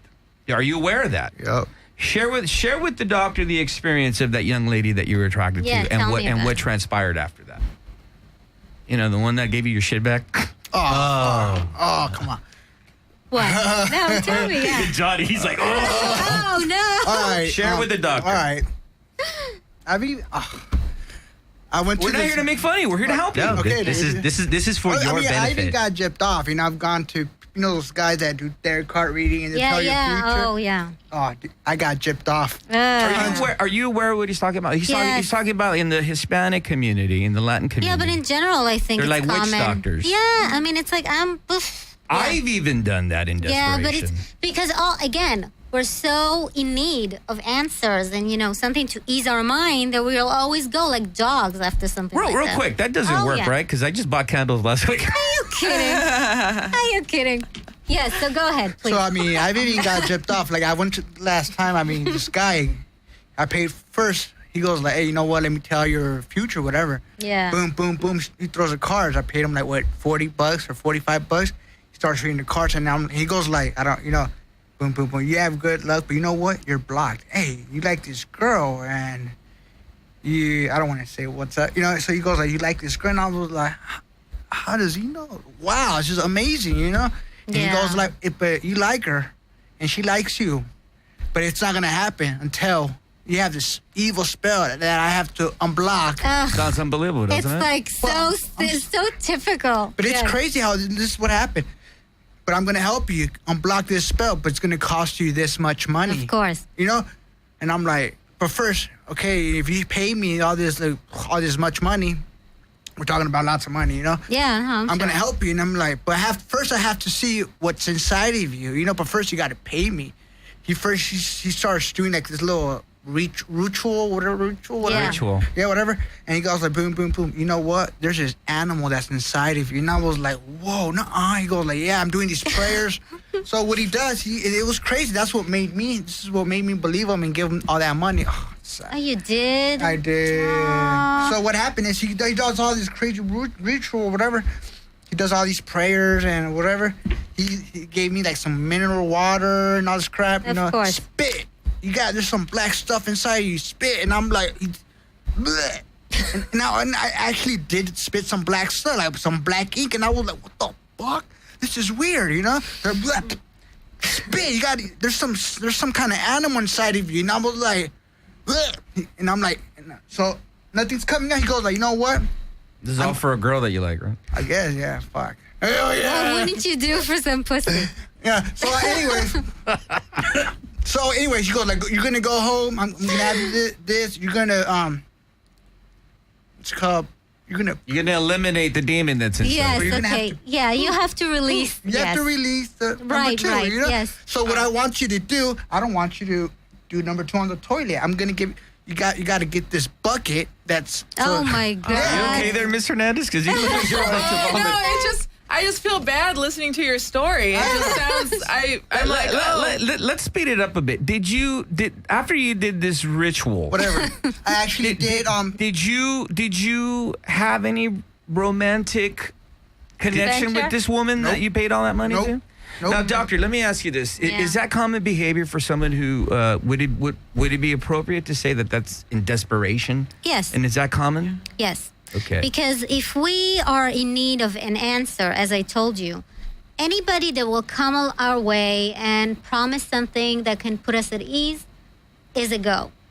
And unfortunately, these people, and as Tony described, how does she know? It's like 90% of the people have someone special in their life that they want. Yeah, it's body language. I mean, it's like profiling. And they just throw things there, and most of the time they'll hit. And I mean, it's simple, but they'll approach some. I mean, if someone like that will approach me, I'll tell her to take a hike. But if she sees you and you seem like in need of an answer, they'll approach you and they'll squeeze the life out of you and take all your money. How damaging is a scenario like that? And then also, I mean, obviously we're going to get to the prostitution and danger. Right, of that. yeah. But how psychologically damaging is that for our poor Tony here? Because here he is shelling out good hard-earned money to try to, mystically, remove a curse.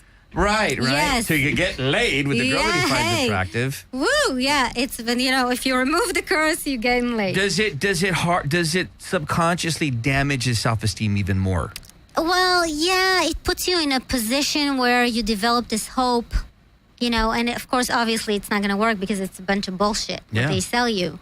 So it puts you in a worse position. But I think that he went through a lot, and I think that other factors are more infecting his mental health than this one. I mean, I would advise not to do that ever again. I'm not. And I'm sorry. yeah. But what made me believe that guy, I really had a big, fat, ugly caterpillar inside of my stomach with like a million hands and stuff. That's what made me like, whoa. How do you know you had that? Because it came out of me. It really Okay. came out of me. And he told me there's going to be this animal inside of you. Can we get a wastebasket for your No, I'm serious. It's not funny. Yeah, no, but sorry. So I really had it. So I put it. He told me I followed his instructions. I grabbed the animal with some whatever, Right. put it inside a jar with alcohol, and I gave it to him. Like, whoa! Right when I saw that big old thing coming out, like out of me. And you weren't that's- high at this time. No, that's what made me believe him, and that's what made me pay all that money to that guy. Because I saw that thing come I out am of me, and I sorry. was like, this guy's real. Boom! I was All fine. right. All right, let's because we're going to start getting to the positive here. I don't want the audience to think that I'm just making fun of you here. yeah, no, not at all. Prostitution. What led you to go to prostitutes, and how long have you been doing that? It's illegal in the United States. Yeah, it is. Okay, it's also dangerous. Yeah, it is. You know that a high percentage. I have friends and associates in law enforcement. Not only is it illegal, are you aware that in Los Angeles and the surrounding counties that a good 75 to 80% of prostitutes test positive For HIV. for HIV and other STDs. STDs. Let me tell you, herpes is no fun. No, none of them are fun. Whoops. So, are you aware of that? Was that did you think of that? When you would engage in. I'm like, fuck it. If I'm using a condom, nothing's gonna happen. That's Even with a condom, you could contract. That's true. Would you Yeah. agree, doctor? Yeah, definitely. I'm not a Definitely. physician. It's not 100% for sure. Yeah. But when you would go and have sex, how often would that be? Depends if I have enough money.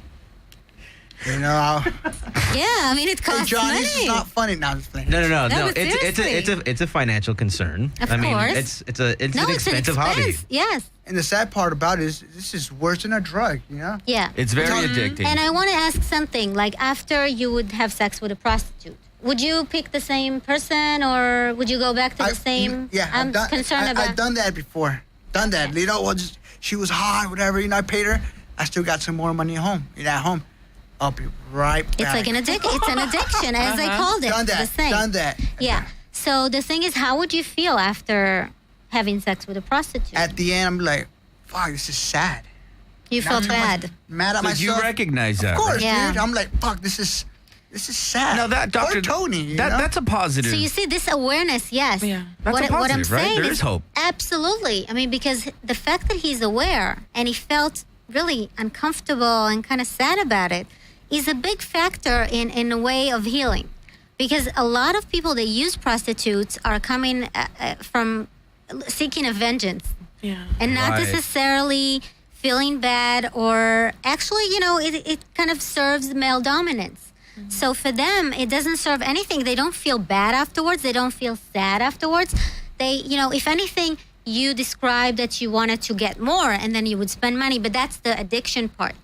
But physically and mentally, you felt kind of awkward about it and not good, which is a good sign. Yeah. Well, here's another thing I want to interject. Yeah. I shared, honestly with you. I've also have been in that crossroads where I find it interesting that I never, for some reason, felt compelled to seek prostitution within the United States. It was always when I was abroad.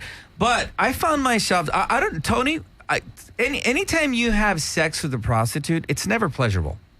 Because there's no emotional. You're buying it. There's no emotion. There's no emotional connection there. Yes. Sexually, there's no physical satisfaction. Exaltation. Because it's like you're buying it. Of They're course. not. They're not going to embrace you Of course. and seek all that you can be. It's a business exchange. It's a business exchange. Yeah, it's a transaction. Do you recognize that? Like the chick spreading there, just having you hump her. She's like, "Fuck! I hope this guy gets off me." Right? Yes, it's happened before. These chicks they were hot, And I tried to even. But it doesn't matter. They're hot, but they're not I'm- fucking you. Yeah, when I'm fucking them, I'll try to even kiss them, and they'll be like, Yeah, of course. Right. Kissing is not on the repertoire of. Yeah. No, it's not, because it's all about, and most of them actually state that they don't want to kiss anybody. And we've seen it in movies and stuff, but it's true. Actually, their behavior is really kind of putting aside anything that may be personal. So it's all about just the sexual activity. And I want to say that really it reminds me, because there are a lot of studies that deal with the Johns, the customers, the ones that purchase these services. And a lot of them, and I apply it also for strip clubs or whatever it is, or, all of the above. Sex for money and exchange, it doesn't matter. And a lot of them actually, fall into this illusion, not him, and this is a good start, fall into this illusion that, what I like to call the strippers really like me. She's giving you that lap dance because she likes you. Yeah, she likes your not money. for the money. But it's funny, but there's a lot of testimonials from customers that really have that feeling that all of a sudden they have this connection. Maybe I shouldn't even pay her. It comes down to that. Is it? Obviously, he still displays a moral compass because he shows an awareness. And he feels bad about it. Whereas, say, other individuals, they become somewhat sociopathic. Yeah, as I said, serves male dominance. Now, let me ask you this. We're going to get into a music block. We're going to take a break because we're going to come back with positive reinforcement now. Okay? Yes. You're very open. You're very honest. Yes. He is. Is it possible to alter that, not only psychologically but also emotionally, and even maybe Johnny, the question would be, can we uncreepify this guy? Is gonorrhea Tony able to be redeemed? I think so. Absolutely. Definitely. All right, let's take a break here. The ladies, look, we need a breather. Jesus Christ. I'm gonna connect you with my supervisor. Let's.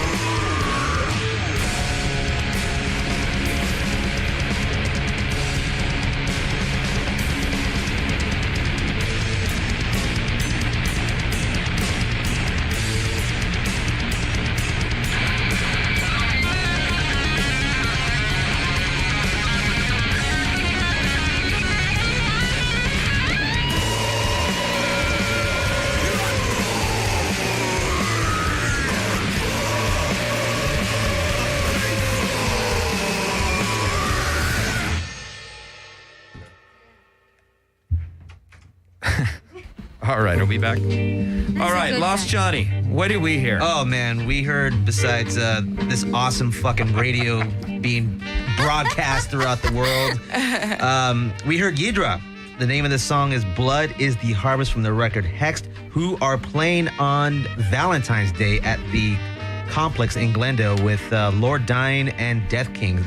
That is a midnight collective show, kiddies. I'm going to be there. It's going to go down. Church of the Eighth Day. Lost Johnny, you come back, you always fuck it up. Church of the Eighth Day. That's Dan. We don't want to mess up Dan. Sorry, Dan. I've been drinking. After that, we heard Lord Dying. Perverse Osmosis. Kind of like my attorney to my right over here. From their record, Summon the Faithless. Please, let's return to this fucking golden Real line of quick, radio. Church of the Eighth Day has graciously given us a pair of tickets for you can take. You don't want to take your fucking girlfriend to this. You don't want to go to the Cheesecake Factory or anything stupid like that. You're going to be fucking seeing Dr. Lamour if you take your girlfriend to a restaurant and buy her a fucking joint and go to the show. Anyways, Lord Dying, Utera, and the Death Kings. What a ultimate Valentine heaviness event. Bring earplugs, bring weed, and bring $10. Church of the Eighth Day, February 14th at the Complex. I love the Complex. We got a pair of tickets to give away right now. Send a message to Jimmy Cabs on Facebook. Don't text me. Don't come to my fucking house. Send it to me on Facebook saying Gonorrhea Tony has hope. There's hope for Gonorrhea Tony. And you get a pair of tickets courtesy of Church of the Eighth Day. All right, let's resume. Now, Doctor. Yes. Gonorrhea Tony's been very gracious and very honest. I'm very appreciative. Let's commend him. of you. Yes. No, by the way, seriously, he's been very open. I noticed that your body language is very not only do you sympathize, but you're very compassionate to. I am. Is this a common thing you see in your practice? Well, yes. If the patient, and I don't want to call him a patient, but if the person that is in front of me is very honest and giving and telling his story and not reserved, it's very comfortable for me to be compassionate and accepting, because I don't want him to be closed and he was. I saw when I just came in. You looked. Your body language was defensive, and you looked like you're coming into. Are you comfortable now? Oh, super he comfortable. Looks comfortable. Hey, now let's because you were honest and you were open and honest, and you talked about your and as you know, I've shared with you my experiences. Okay, I mean I get laid, but I still harbor. It never is easy. No, it's you carry that weight right. of all. I mean, dude, I still I've lost Johnny. Do I vent about all the vagina I missed in the 80s? Constantly. I'm not post-traumatic stress. I'm not even joking. No. I fully agree. Now, let's talk about positivity. Yeah. What can we interject here with Gonorrhea Tony where he can be, because you have no fear of approaching women. No. Which is odd. Is that normal? Because I find that odd. Yes. No, it is normal. As I said, if you are fearful, usually, it's not a part, his pattern is very different. And mostly fearful people, as I told you in the beginning, don't approach prostitutes. They do other things that are not acceptable. Yeah, they fuck cantaloupe like I did. They do other things. Stay away from cantaloupe, by the way. Very addictive and expensive. I know. It's so comfortable and cool in there. So, yes. It's better than the flashlight. Now you just made me fearful of all produce. Thank you. Thank you. I have to run to the supermarket. Yeah. But the thing is, he's not fearful, and that is good because he has a few factors, and I want to really commend you for it. You have a few factors that work for you. One is that you're not fearful, and you can approach women. We need to discuss how to alter that approach in a manner that will be, more acceptable to the right woman. But we'll get to it. It's a long-term work. But to begin with, you're not fearful, and you're very aware about your feelings, which is good. And you know that prostitution or purchased sex doesn't make you feel good, which is a good thing. I mean, to begin with, because I have a big problem with the whole aspect, and I advocate prostitution. I just want to mention it. I find that interesting. Yes. Why? I do, not in the form that it is in the United States. Obviously, as you said, it's illegal. Even though there are certain counties in Nevada where it's allowed and regulated, but in a manner that is completely appalling. and I don't like anything about it because I think in capitalist prohibition, you may say, the prostitute is the one that is being pursued and constantly harassed, and not the client, which is to me very demeaning to women, because women can choose whatever to do with their bodies. And again, I'm not talking about and I don't want to go into the whole thing, but there's different forms of prostitution. The 14-year-old crack addict is different from the Park Avenue call girl. It's very different. So two different things. But the thing is, I do think that prostitution has a place in society where it's there's a way that the law relates to it in the right manner. Because if you look at it in the capitalism, view of things, as I said, the prostitute is being prosecuted and pursued and, chased. And on the same token, because it's in a manner regulated in certain places, these women are being abused even more and are being attacked even more, and nobody's really protecting them. I would say that again, I don't agree. I disagree with you, which is funny because me being a male here, but I disagree with you because I think that it fuels not only. I think there's a time and a place for it. I think it should be legal, but I think there's a time and a place. Okay, yeah, but I think that it's a long discussion. I think you need to, correct me if I'm wrong. I think you need to understand that there's really no pleasure when you have sex with a prostitute. And let me define that even further. Let's just say that you can't have a woman. So you go to a prostitute, or let's just say you have these what is labeled as very extreme sexual desires. Oh, he doesn't. It's all normal. But when you're with the prostitute, you're not you might as well just jerk off to a fucking porn. As I said, it's not the sexual urge. Yeah, No. And the risk that you put yourself in, not only physically and mentally. Yeah, especially mentally, because I've noticed that a lot of men that go to prostitutes, they what I would label become somewhat jaded. Obviously. And when they're trying to interact with women, which is what I saw with you one time when we were socially out, where that ritual... How did it look like? It was like, it looked like a fucking dog going to a steak. Okay. It's instead of the dance, because there is a social interaction. I really like the way you put it. It is a dance. It's a dance. It's true. It's a dance. You can't fucking just run to the chick. And he's got 2 left feet, let me tell you. Yeah. No, but when you're used to dealing with just go ahead. So you acknowledge now, and this is not just my opinion, this is a licensed a real doctor, 2 doctors, or soon to be.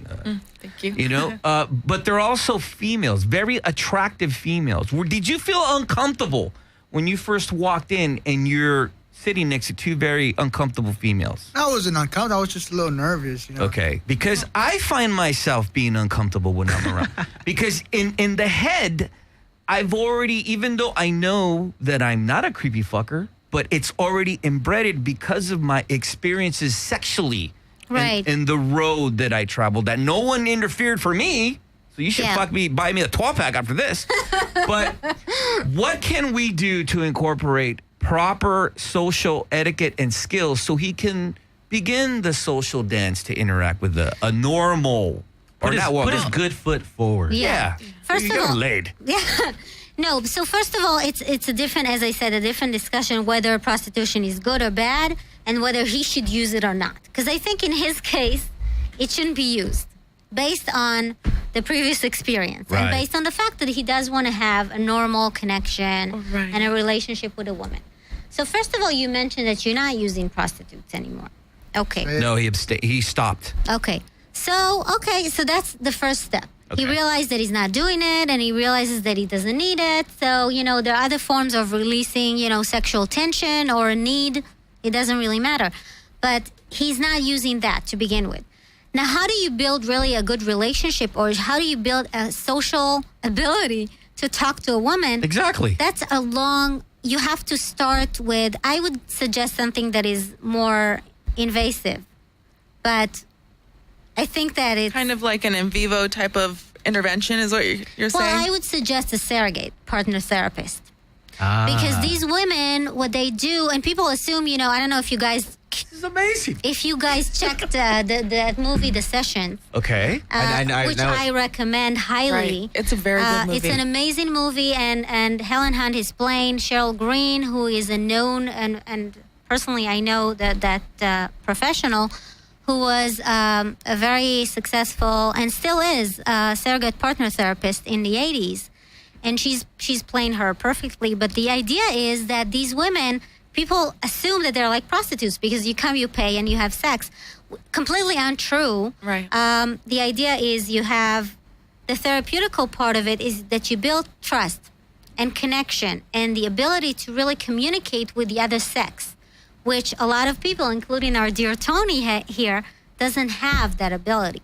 He needs to build it. It's that kind of therapy, and I think that's the most important word. Therapy is more. It's more based on emotional growth, right? As opposed to just physical, right? And stimulation. some of them don't even get to the physical part. It's limited to 6 sessions because there's the personal connection, and I can attest that even as a therapist that doesn't interact physically with my patients, sometimes the mental connection is getting to be too close, and you have to disconnect. So when someone is going to bed with you, it has to be limited. You cannot avoid this connection. And so in terms of these meetings that they have, it's termed into 6 meetings. And at the end of it, they don't even necessarily have to go to bed together. Right. But they'll build a connection, and then he will hopefully come out of it more understanding of the female soul, or how to approach a woman and how to attain a relationship and keep it. Now, did you understand what she just described? I mean, because you need to be honest here, because you're looking like, what the fuck was that? Do you understand? Like, No, because it takes a lot to process it, yes. It takes, I'm still like processing it. What about, I don't want to say a healthy male, but a very secure, confident, functional male. I find it with myself that the cling factor, the stalker factor, the possessive factor comes into play. Where I need to check it. Because, again, being that I come from a very sexually deprived nature mentally. Yes. There is that factor. Now, Tony, you shared with me that you were on that as well. You wanted to talk to the doctor about, your stalker shit? What do you mean stalker shit? Oh, you don't want to talk about that. You know what we're talking about. Oh, what? Your Facebook fucking thing. Oh, fake profile? Yeah. Wow, I have a fake profile. Wow, what's up with that? That's not out of the ordinary, dude. Yeah, everybody's Actually, doing yeah. it. A lot of people have fake profiles. It's common. It's unfortunately... Am I a fucking prude then? Isn't that... No, I don't do that. I never had a So fake... I can do a fake profile, spy on chicks I used to date? I never had a fake profile. But I think that it's very common in this day and age, and No, it's very common, but what were you using it for? What were you using it for? To scope out to this girl I used to date back in 08. It was back in 08, So That's a it while. sounds like you're still kind of hung up on her. No, I just want to be up in the Kool-Aid without knowing what flavor it is. I just want to see what she's cooking for dinner, that's all. Just to see what kind of guy she has. Look like now. Are you looking to see what kind of guy she's dating or in a relationship with? To what? To try to mimic that guy? No, just to be like, fuck that. Because I find that fucking creepy. I don't have a vagina. I find that creepy as fuck. It sounds like whatever. It's fine. You don't have to worry. We're not making fun of you. No, it's like, well, kind of. obviously she meant something to you enough where you're not over it. Like there's something that's still going on there. I think about he was just curious and try to play a game. Thank you. Yeah. Which is also, common. Again, people are doing it all the time. Well, guess ahead. what? I'm going to do one now. I think the overall thing with, just the tone of this conversation is boundaries. They need to be respected You and are drawn. so right. Jamie, get out of here. Do you have 3 Boundaries. fake You're profiles? so right. You're absolutely right. And that applies to every aspect of our life. Only when it comes to sexuality, most people don't really recognize it, and you shared something. It's something that we have to be on top of all the time, especially if we have tendency to extremism. Right. And most people that are prone to addictions, any form, have that tendency. Philip Seymour Hoffman. Yes, we just mentioned it. Yeah. It's very unfortunate because you push it a little more to see where it goes. And sometimes it ends really bad. I mean, we have to be in control of it, but... Yeah, I mean, I shared with you during the break. I mean, I almost and this choked, one is, I almost is choked really the a chick big to one. death. You know what I mean? Yeah, no, but it's true because this is a very dangerous practice, but it can be very erotically arousing. And a lot of people, there's a huge community that practices this fetish, and it's fine as long as you know where you're going with it. Boundaries. It can be scary. So you mentioned that form of therapy. What else can we? Because obviously, Tony, you don't have money for therapy. Well, it's what can we partially do here? Covered by insurance. Is it really? Yes. Boom. Right on. There you go. Boom. Yeah, it is partially covered. May I? And obviously, I've shared with this in our personal conversations. Yes. This is not to put you in an uncomfortable of course position. not. But like, can I try? Like, say we're at a social setting, and this is she's very lovely. She is. Okay. Thank you. How would you approach her? Be real. I'm gonna be real. I'll be like, dude, I think that would be hard, dude, because she's beautiful. Okay. You know? And I'm like, They're both beautiful. Yeah, they are both beautiful. And I'm like, probably gotta have big bank, great job, Well, you do, but that's beside the point. I mean, that's already a foot in the right but direction. You know what, my head, Exactly. these You're girls, employed. like these girls probably go for lawyers and stuff, all that, but I'm not a lawyer, because... Is it possible for a woman of your caliber to fall in love with a guy who recycles? Do you want to go see the English dogs next month? Are you impressed with the guy with like an array of fucking underground vinyl? You see, again, we're going back to the social part of it, because in this culture, only if you have this That's a misconception, right? Yeah, and also the status symbols. You have to have this. You have to have the car. You have to have the house. You have to have the job. You have to have the looks. Yeah. Fuck that shit. I'm sorry. It's true. Would it be safe, ladies? Would it be safe to say that it goes back to? I mean, I hate to say this word, but the old-fashioned trait of personality. Yes. And confidence and the ability to entertain. Well, I think it's for me character. How is somebody going to be... Very well put. Yeah, it has to do with that, because all of that stuff, that job, that car, I mean, we see it all the time. It can be taken away in a second. If you're really looking for a partnership... I know. No, it's true. No. Yeah. If you're really looking for a partnership, someone who's... You're looking for somebody who's going to be there when you're dying, who's going to make that decision whether to turn your machine off or to keep it on. It's very macabre. Yeah, but it's true. What kind of a person do you want by your side? Do you want somebody that has a nice shiny car? Or do you want someone that has a kind, gentle soul? Right. I mean, another thing to clarify what she said, I mean, there's a difference between character and being a character. Exactly. That's very different. Very true. Don't mix the two up. Mm-hmm. But I think that in this society, it's expected, and as he said, and I don't accuse him, I mean, he was raised here. These women would go for a lawyer, would go for someone, and what he was saying is that these women would look for status symbols. Mm-hmm. And I understand it. And I understand how society will look at, because women have their looks to sell and men have their whatever they status encounter. To sell. Yeah, whatever they can accomplish or a job and it goes back to our nature as animals. As animals. Mm-hmm. Because back, in the mating dance back then, it was a symbol of if a man can go and hunt, it means that he can protect you. Yeah, he can provide. And so it's the Protect same. and provide. It comes from the same. And if a woman is beautiful and she attains different features, that means that she's fertile. So it just stayed in a different manner. Interesting. Yeah, but it's the same. It comes from the same place. Only today, the fact that we flaunt our hair or wear something that shows our curves means to the animal inside that man that is approaching us that we are fertile, that we are good to bear kids. Even subconsciously. Interesting. So how can we implement, first of all, how can we implement the fact that Tony could be a provider? No, he can. He can provide. He has a job, dude. He has a job. He's and legit. I think he has a good personality. I think he's aware and on top of You hear that, things. Tony? You have a great personality. I do think so. He has positive attributes. Again, what we want, this whole redemption aspect where we want to go now is have these positive aspects that he has now and apply them in a positive manner to where it's not going to be an issue. It's not going to be an issue where he has to explain things. We're like, well, I'm into this or I'm into that, where that base understanding of his character is going to be outwardly apparent in trying to approach these women. That's very well put, Johnny. Yeah, Thank you. exactly. Would a exercise on the field, and what I mean by on the field, let me define that as a social setting. Yes. Like we're in downtown Los Angeles right now. There's a lot of clubs. There's a lot of bars. The Cannabis Cup is going on right now. No. Oh, yeah.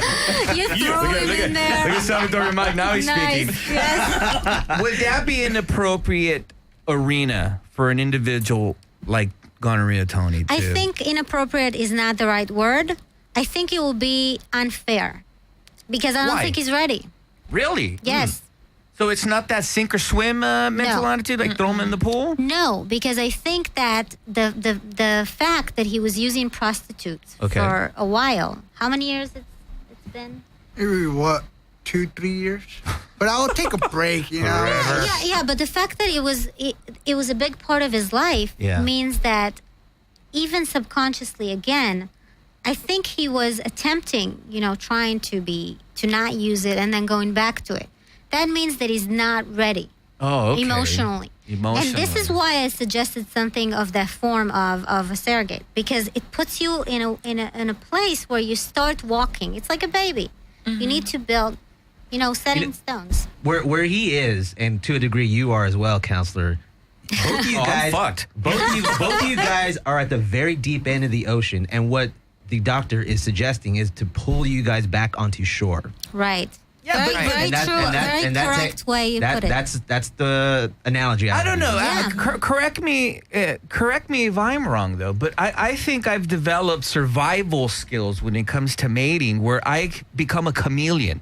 Right. And I come. Well, some might say that's deceitful. This is becoming very fucking personal with me. What I do is I dig deep down in myself, and I bring out the minimum of what I feel can attract a female, which is my sense of humor, my personality.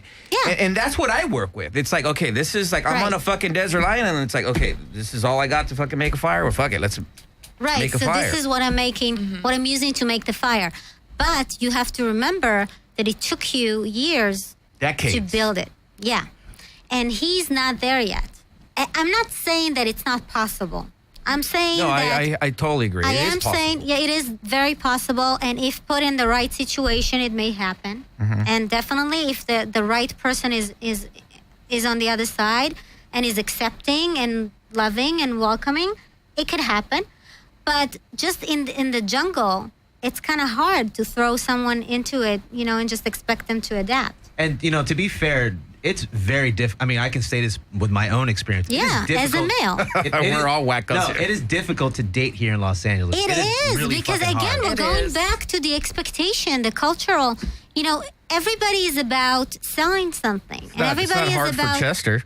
I know, dude. Of course, Chester is the bomb. Then again, he does all the studio. He is an executive alone. Yeah, but it's difficult. It is difficult. People are looking for specific things. I mean, especially materialistic. Yeah. And this is what he mentioned. These women are probably going for something. Right. I mean, for the short term, my question is, how can we, Tony, apply the pulling back onto shore deal? Like, where can he go to try and interact in a positive way to, I don't know, just to meet a girl, to talk to her? Like, where can he go? I think any social setting that allows interaction that is not necessarily romantic would be a good, fruitful, scenery. Senior citizen centers are great. Those chicks are dying for company. No, but seriously, I'm serious about it. Like I said earlier, Curves. Check it out. Yeah, no, but it could be a gym. It could be a class of some sort, which I advocate more. Obviously, I'm a big advocate of education. Yeah. I think that any form of something just that interests you, I don't know, like that you want to learn about, is a good place where you can find mutual interest with a woman because she's there. Both of you are there, so you're both interested in I'm something. glad that you mentioned that because a lot of people find me very odd. When I get a jury duty summons, I'm ecstatic. I'm like, where's this Staying Alive song at? Like, I'm like fucking John Travolta. Because I'm in a confined room with attractive young ladies who we have to be there for 8 hours. And you have a mutual interest. And you know, they have to talk to you. Right. Whereas, like, if I was at a club. And it's also an interesting conversation, unlike a club. Yeah, you know, and I even go as far. I used to be an avid reader. I even go as far as to pick like a book that shows somewhat of a camaraderie with females. Right, you know, like, oh wow, you're reading that? That's my opener. Jimmy Cabs is reading The Notebook? Holy shit. Notebook, my God. Fucking Joy Luck Club? Yeah, dude. So is that healthy? Because I always thought that was creepy. It is. of me. It's not creepy at all. It's very healthy. It's very common. Barnes and Nobles is a good place to pick up women. That's actually very true. But it is true. But I really recommend that you'll find something that interests you and find something in that field. And, you know, women are hanging out there, too. Not the 5-star bar. No. Not bars and not clubs. Not bars or clubs. Yeah, not anything that demands, you know, a lot of social skills and a lot of, you know, things that you need to sell. No. Well, how does Tony... I mean, we got to ask Tony here. We've been talking about him. How are you going to apply this? I mean, where's your game plan from this point? I'm gonna go to the gym, start working out. There you go. That's Gym actually is good. Yeah, Gym is gym's good. a good place to meet people. I never visited a gym, but I'm guessing that it's good. I worked out at a gym for many years, and dude, that's the place you have to be careful. But we're neglecting one thing though. He still has that creep factor though. Well, I mean, you can't be creepy with a 20-pound dumbbell. I think it's a little tamed. Are you saying that as he interacts in these these positive social interaction pools, because that he'll gradually lose that because he's interacting, like kind of riding a bike? Absolutely. And I think that even on the short term, I see from the time that I saw him outside to the time that he's sitting next to me now, you're much more comfortable and we can communicate easily, right? I think it's going to be the same way with a woman, that he sits across making from. Motherfucking breakthroughs on this piece, man. Damn. Yeah, let's hit it for Tony. All right, let's play some music. 'Cause I'm sure people are like, dude, that's fucking rad. Dr. Lamore, you're amazing. Heads up, Jenny. Hit a tune.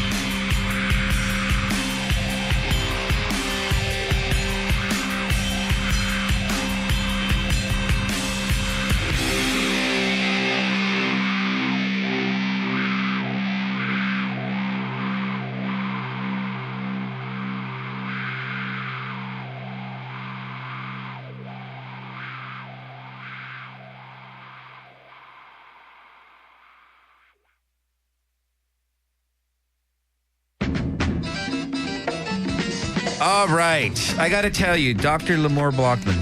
Dude, we are being so enlightened I want right to thank you for being here and just being so profound and eloquent in what your profession is. Not only have you interjected in a positive light with our own gonorrhea Tony, but also for myself. And I even feel maybe lost Johnny because you're a creep too. Do you feel I'm not a creep, fucker. I can actually talk to girls. Salvador Mike, I'm a creep. I'm gonna go smoke a bowl. I'll take that. But no, seriously, I want to thank you so much, both of you, for being here. You have a show here on the Skid Row Network. Yes. Why don't you tell us about that? Well, do you want to talk? You want to? Oh, it's Tell okay. us about It's okay. Sex and Dippity. We talk about a lot of different topics having to do with women, sex, and pretty much everything in between. Yes, and we're very profane and inappropriate. Yes. And we like to say fucking a lot of things. I would say this is a perfect fit. And what's most important about the show is that we're trying to bring tools for women very similar to what we just brought Tony here. For women to survive in this jungle out there that has to do with men, women, relationships, and the problems that entail. I really enjoy your show because it's very nice. It's very nice to get the female perspective in such a confident and really mature. Those words cannot be stressed enough. On the show. Thank you so much. Thank you. We appreciate it. Every time we've had females on the show, we're creeps. we learn more and more, and we get more and more mature, and then we have a band like Power Trip, and we fuck it all up. And then you go back. I don't know. Hands off, Jenny. What did you think of this episode? Because, I mean, you stand there. I mean, Mr. X is always behind you, ready to guard you. But, I mean, what did you think? It's been good. I love these girls, so it's a perfect Did show you for see the metamorphosis, the transformation from the creep factor into this beautiful, confident butterfly right before your eyes? I never really thought as Tony being creepy, but it wasn't because I was around him all the time, but you guys seem to think that he's very creepy, and I just think he's Jenny, 6 inches of glass can do that to a girl. Yeah, your boyfriend's standing behind you. If you're like in a bar by yourself, I think you take that. But no, anyways, thank you. Heads off, Jenny. What did we listen to there? Oh boy, we again. I'm trying to gather my bearings. We listened to Indian. The name of that song is called "Rape." Kind of fucks up that vibe. Oh, that's so. Whoops. From their record "All Purity," they should be coming back out here fairly soon, and I know they have a new record out. Yeah, that just came out. Yeah, and before that, we heard "Master Manipulated to Exterminate" from the record "The Witch Hunt." Unfortunately, we did not have time to play the Velvet Underground "Heroin," which would have been a nice fitting epitaph for Mr. Hoffman's death. Oh, you know what? Hands off. Jenny said we could still play it. So. Real quick, let me make these announcements, and then I'm still in awe. Wow.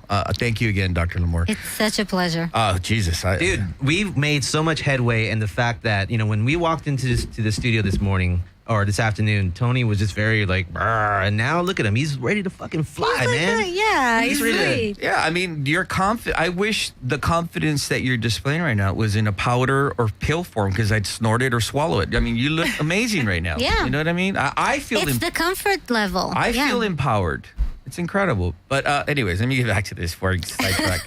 We got a bunch of shows coming up, man. Iron Room returns May 1st, 2014. The return of Master. Ooh. Okay, you know what's up. If you're truly an underground aficionado, May 1st, the return of Master. This is going to be at Spikes and and Rosemead. Wow. Oh, boy. Awesome. Master, Spikes, and Rosemead. That's May 1st. The return of Bulldozer Magazine. You know about Bulldozer Magazine. Yours truly has submitted some amazing underground articles. This is going to be very interesting. They're going to come back in April, but they're going to have a split of truly underground Los Angeles We bands. know the man behind Bulldozer does not fuck around. He gets the real deal underground jams. It's no joke there, man. So you know what, man? Make sure you look out for Bulldozer Magazine coming to you in April and also that split record. Again, I want to thank Church of the Eighth Day. They gave us a pair of tickets for this Friday. Valentine's Day. Let's not forget. I would strongly encourage you not to take your girlfriend. But you know what? Some of you guys have cool girlfriends. So you know what? If Dude, there's hot chicks at shows now. Hello. Yeah, but they're going there. Did you read that article? Why they're there? Oh, yeah. All right. Why? Because there's good-looking dudes. Anyways, now I'm attractive. 25 years later, I'm an attractive dude. Who would have thought, right? I didn't. I'm still traumatized. I'm still trying to think about it. All right. Church of the Eighth Day, Lord Dying, Utera, Death Kings. That's going to be this Friday. That's going to be at the complex. If you want to go, again, pair of tickets, courtesy of Church of the Eighth Day. Make sure you send me a message saying Tony has transformed into this beautiful butterfly. He's our little butterfly. All right. Dr. Lamore Blockman, she has a show here on Skid Row, as we mentioned, 8 p.m. to 9 p.m. Yes. And I'm sorry, dear. Luann Hernandez. Luann Hernandez is, would the sidekick be the sidekick? That's psychic. Sidekick and also... That's a different show. No. We're together on Sex and Divinity. Right. You both discuss, the female perspective of sexuality, and it's a great show. You need to listen to it. And she's finishing up her master's degree? No, I've actually finished it. I am actually just waiting to take my last licensing exam so I can have that Two very elegant, eloquent, very educated, professional young ladies. Thank you, honey. Digging through the bullshit in this day and time. Yeah. Would you agree that, socially, it's a lot of shit out there, man? Well, of course. It is, but I'm glad that you're here, and I'm glad that you're voicing and also helping. It was really a true pleasure. I was looking forward to it because we didn't know each other, but the challenge was promising. I thought you did an incredible job. Not only that, the tools and the way you explain things. I mean, you've even empowered myself. Lost Johnny, you feel empowered? Thank you. No. I can talk to girls. All right. I want to thank everybody for showing up today. I want to thank especially Gonorrhea Tony. Really, dude, he really does deserve a round of applause. He really does. He really does. And you know what? I think that title is going to have to be changed now. I don't think it's appropriate to... No, I think it needs to be changed. I think we're going to have to just refer to you as... Gorgeous Tony. Gorgeous. I think we're just going to have to refer to you as 911 call. We should call him Amber Alert. No, just kidding. No, I'm kidding. No, Tony, you have transformed from Gonorrhea Tony into Tony. There you go. Thank you. That is Headways. All right, we're going to end the show with the track. As I mentioned before, we did a memorial to Philip Seymour Hoffman, an incredible actor who tragically passed away under such sad circumstances. Yeah. We played sound bites in the beginning of the show, and as I revealed to you, my lovely audience, you know why I gravitated to this actor, because I experienced that real life, and to see such an incredible and talented actor and artist transform that and provide me with the ability to laugh at myself in a positive way is just incredible. He's going to be missed severely, but he did leave us with so much incredible work. A great body of work. I mean, I would suggest you guys go see The Master, Hard Eight, Boogie Nights, Punch Drunk Love, anything that he was in with Paul Thomas Anderson. They're all fucking good movies. Yeah, man. So I got to tell you, man, you will be severely missed. Thank you for listening. See ya.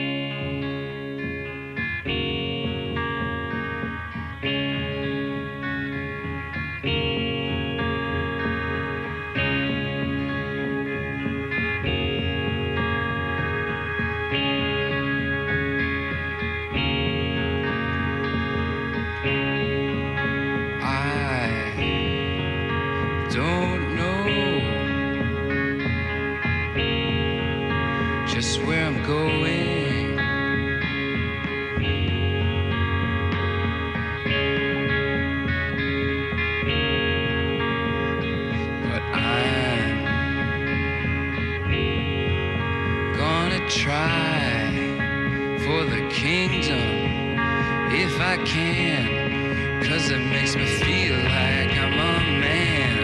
When I put a spike into my vein, and I tell you things aren't quite the same. When I'm rushing on my run, and I feel just like Jesus' son, and I guess that I just don't know, and I guess that I just don't know.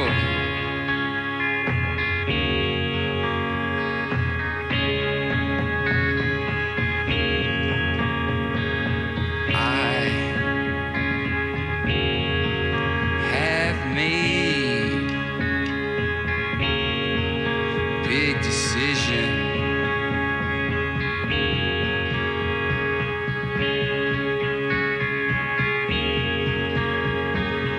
I'm gonna try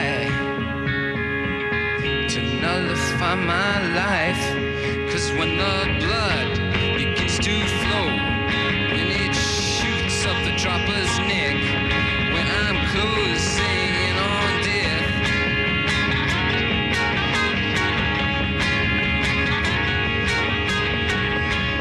you can't help me, not you guys, or all you sweet girls with all your sweet talk. You can all go take a walk, and I guess I just don't know, and I guess that I just don't know.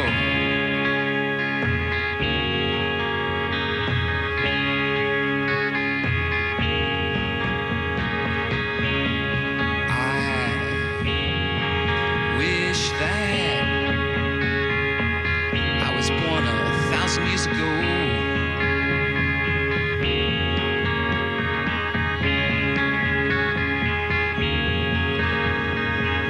I wish that I'd sailed the darkened seas on a great big clipper ship, going from this land here to that, on a sailor's suit and cap.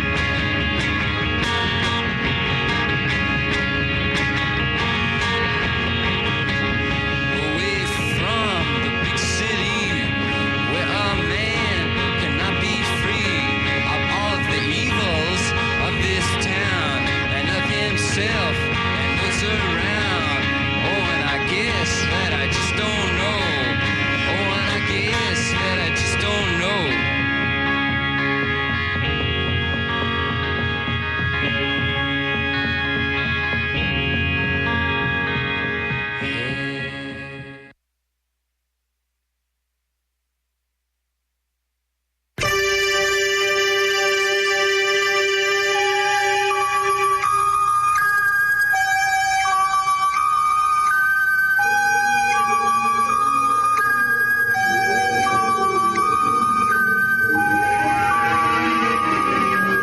Man lives in the sunlit world of what he believes to be reality.